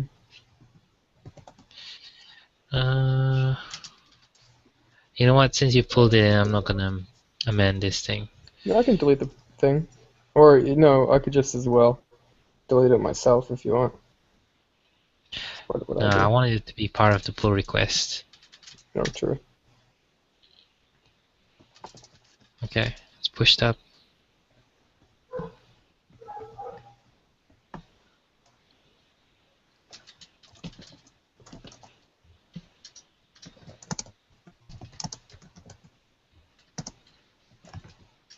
To which one? IDE multiple previews, or should I pull from the other one?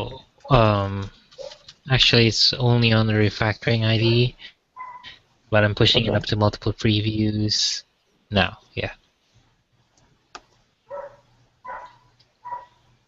So to get the latest, I should get that branch, multiple previews. Yep. So I've cleaned up the code because Okay. I've just been doing refactoring stuff.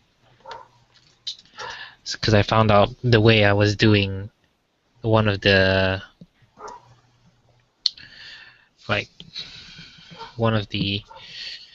controllers was wrong, and I should have done it in a service, Angular service or factory. So I was doing the refactoring, moving all the logic from the controller into a service.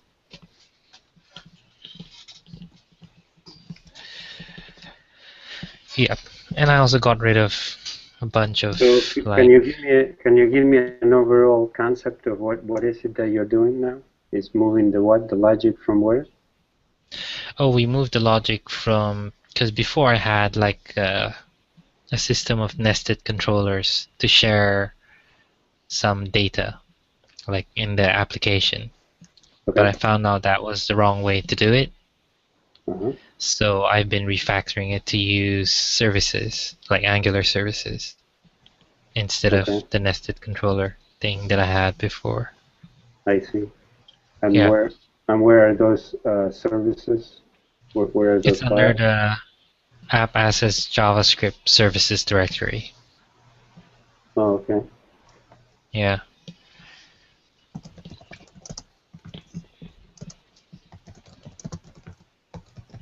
So Is what's that the? something similar to what you guys did with Rafael in local support? I asked Brian that question too, and it might not be like the exact same thing. I mean, Okay. the way JavaScript works and the way Angular works is significantly different. Well, it's the Yes. same general idea. It's a place for logic. Right. I'm not going to make the Right. assumption that everything about it is the same. Just gonna have to go Okay. into it with open eyes. Right. Yeah. Angular's concept of services isn't the same as like Rails services, even though they're the same name. Correct. Correct. That's also true with controllers. Angular controllers are not exactly Rails controllers. Yes.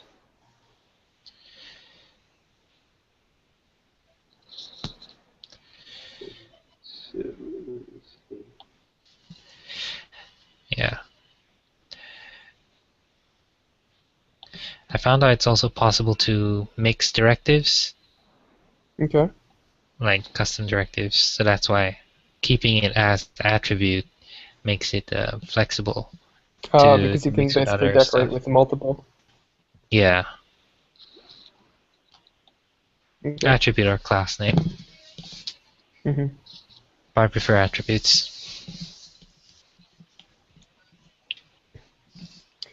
So what's the reason right now that we can't support multiple editable regions? Because whenever you specify a new like preview or editable region, it replaces the old one. So there's no management of, editable regions. So what we could have is actually, let me look at your service.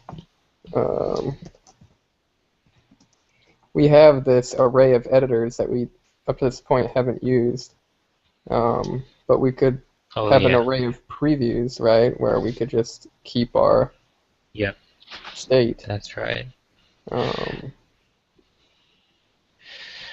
Alright, the array of editors, maybe I should have kept it as, I should have called it previews rather than editors. mhm. I think that's just a legacy thing I didn't remove.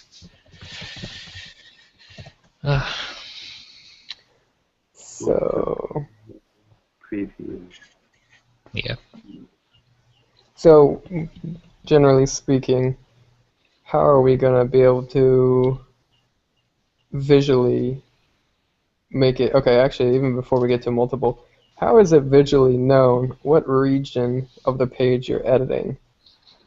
I mean, we load the page and there's stuff in the editor, and then the person changes it. They're like, oh, that's what it's for, doing that part of the page.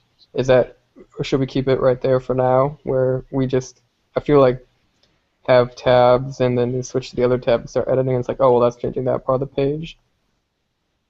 Is that okay for now? Oh yeah. That will probably come in a later story. I was thinking of having visual feedback when you switch like tabs or something, but that's for a later story, Okay. I think. So right now, we don't need Yeah. to worry about that. No. All right. So, what if previews were?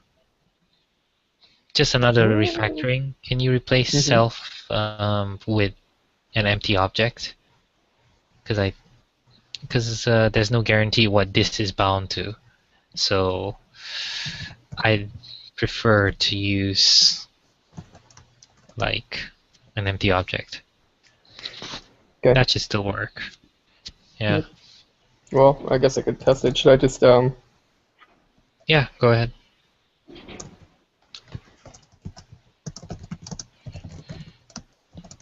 Jasmine will Jazz. tell us, right?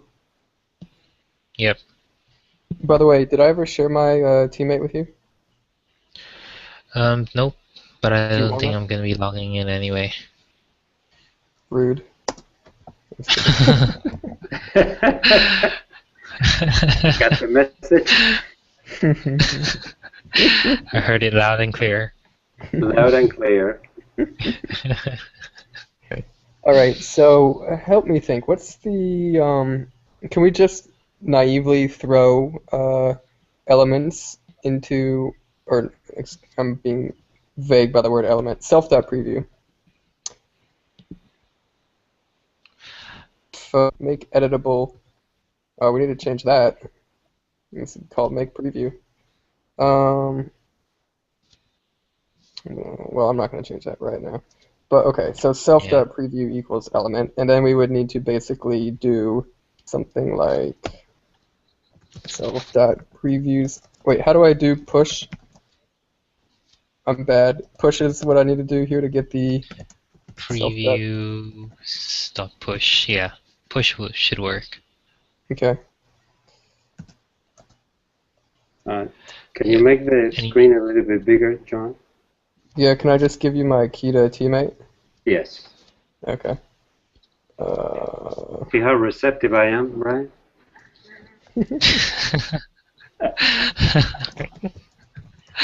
All right. Because I don't want to I go. No, there is a reason why I don't want to go blind, dude. I cannot see. So you probably Yeah, have it's hard for me. side by side, John, two screens, right? Open. Me? No. No. Okay. I only have one screen.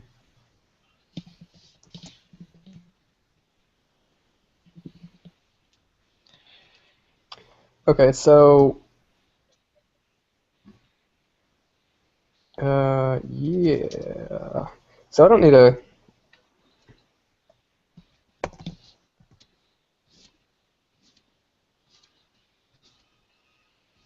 there. Whatever. I'll learn that some other day. Yeah. So really what I could put in here is just the element. Right. You also probably need to create a function to switch between the previews, which one's active. Yeah.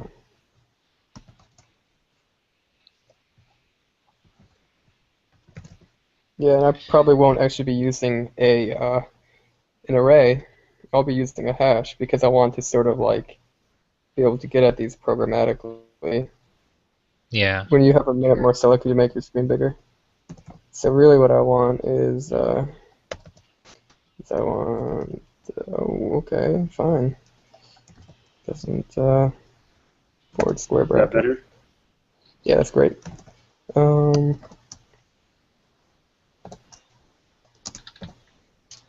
Yeah. Right. Yeah, I think I've got to go soon. But before I go, let me show you guys what I've been doing with Ember. So I basically built this little app to talk with Pivotal, and I can pull Hmm.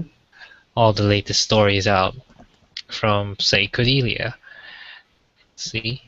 All the stories. And I'm gonna build a little analytics thing. This is more helpful for my work, because I Hmm. think they want it. I mean, they want something like this. It'll be helpful because we're using Pivotal, but I think we could also use it for our other projects. So it's kind of cool working with Pivotal. And After you do this, you need to get yourself assigned to this stuff full time. Because right now you're planning to do it on your free time to develop for work, yeah, aren't you? yeah, true. Don't make a habit out of doing that unless you really enjoy what you're working on for your own reasons. Well, I do enjoy it, and this is something I want to do, and I'm gonna keep it open source anyway.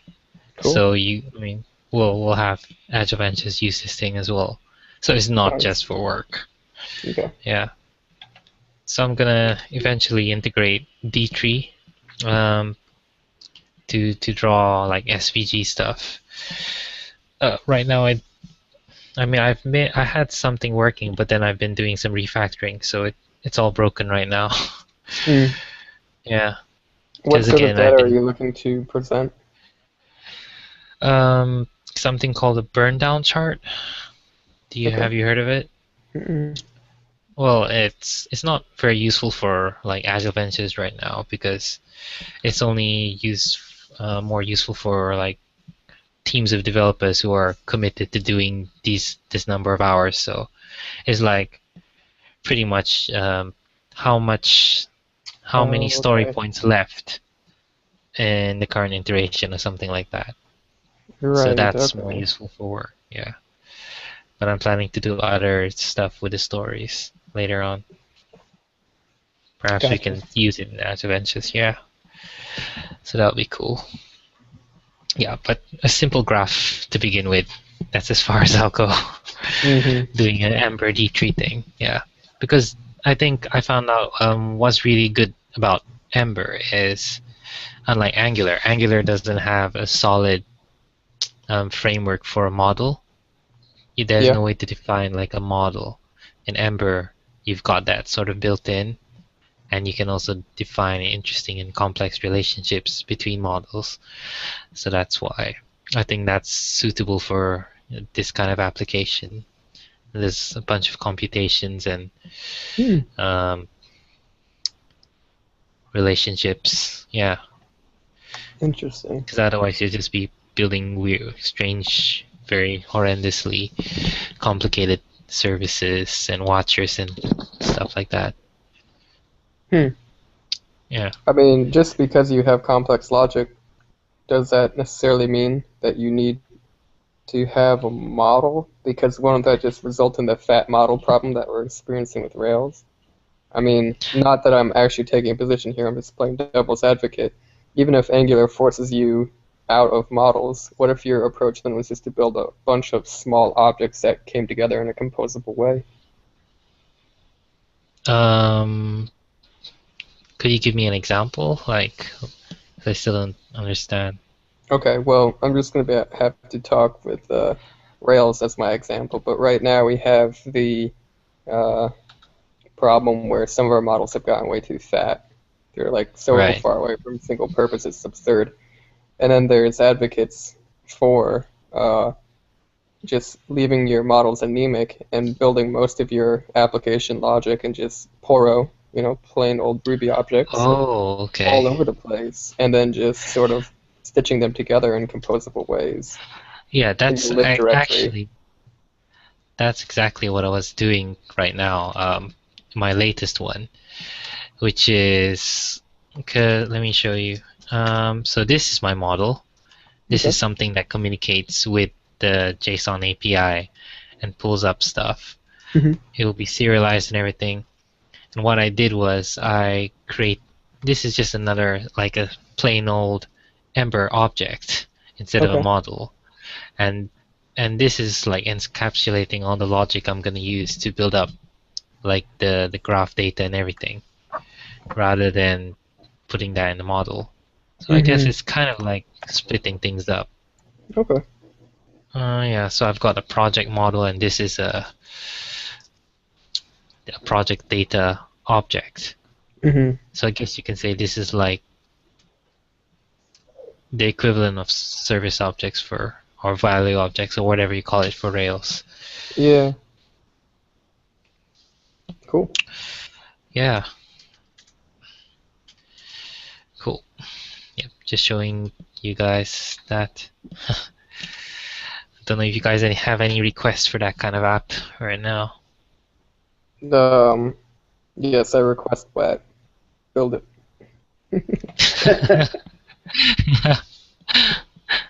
You don't have to request that. So you Well- couldn't do that with Angular? Is that what you're saying? Or? I think You the can- reason why you chose Ember is because somebody else at work was doing the same thing with Ember, right? Nope. I think I chose Ember myself. Okay. Because like at work, most people use Angular. Everybody's using Angular. So I wanted to try Okay. something else. Okay. Seeing too much Angular everywhere. You are just a hipster. Yeah. Yeah, that's my style. All right, I'll end the broadcast here. You guys can start a new one if you want.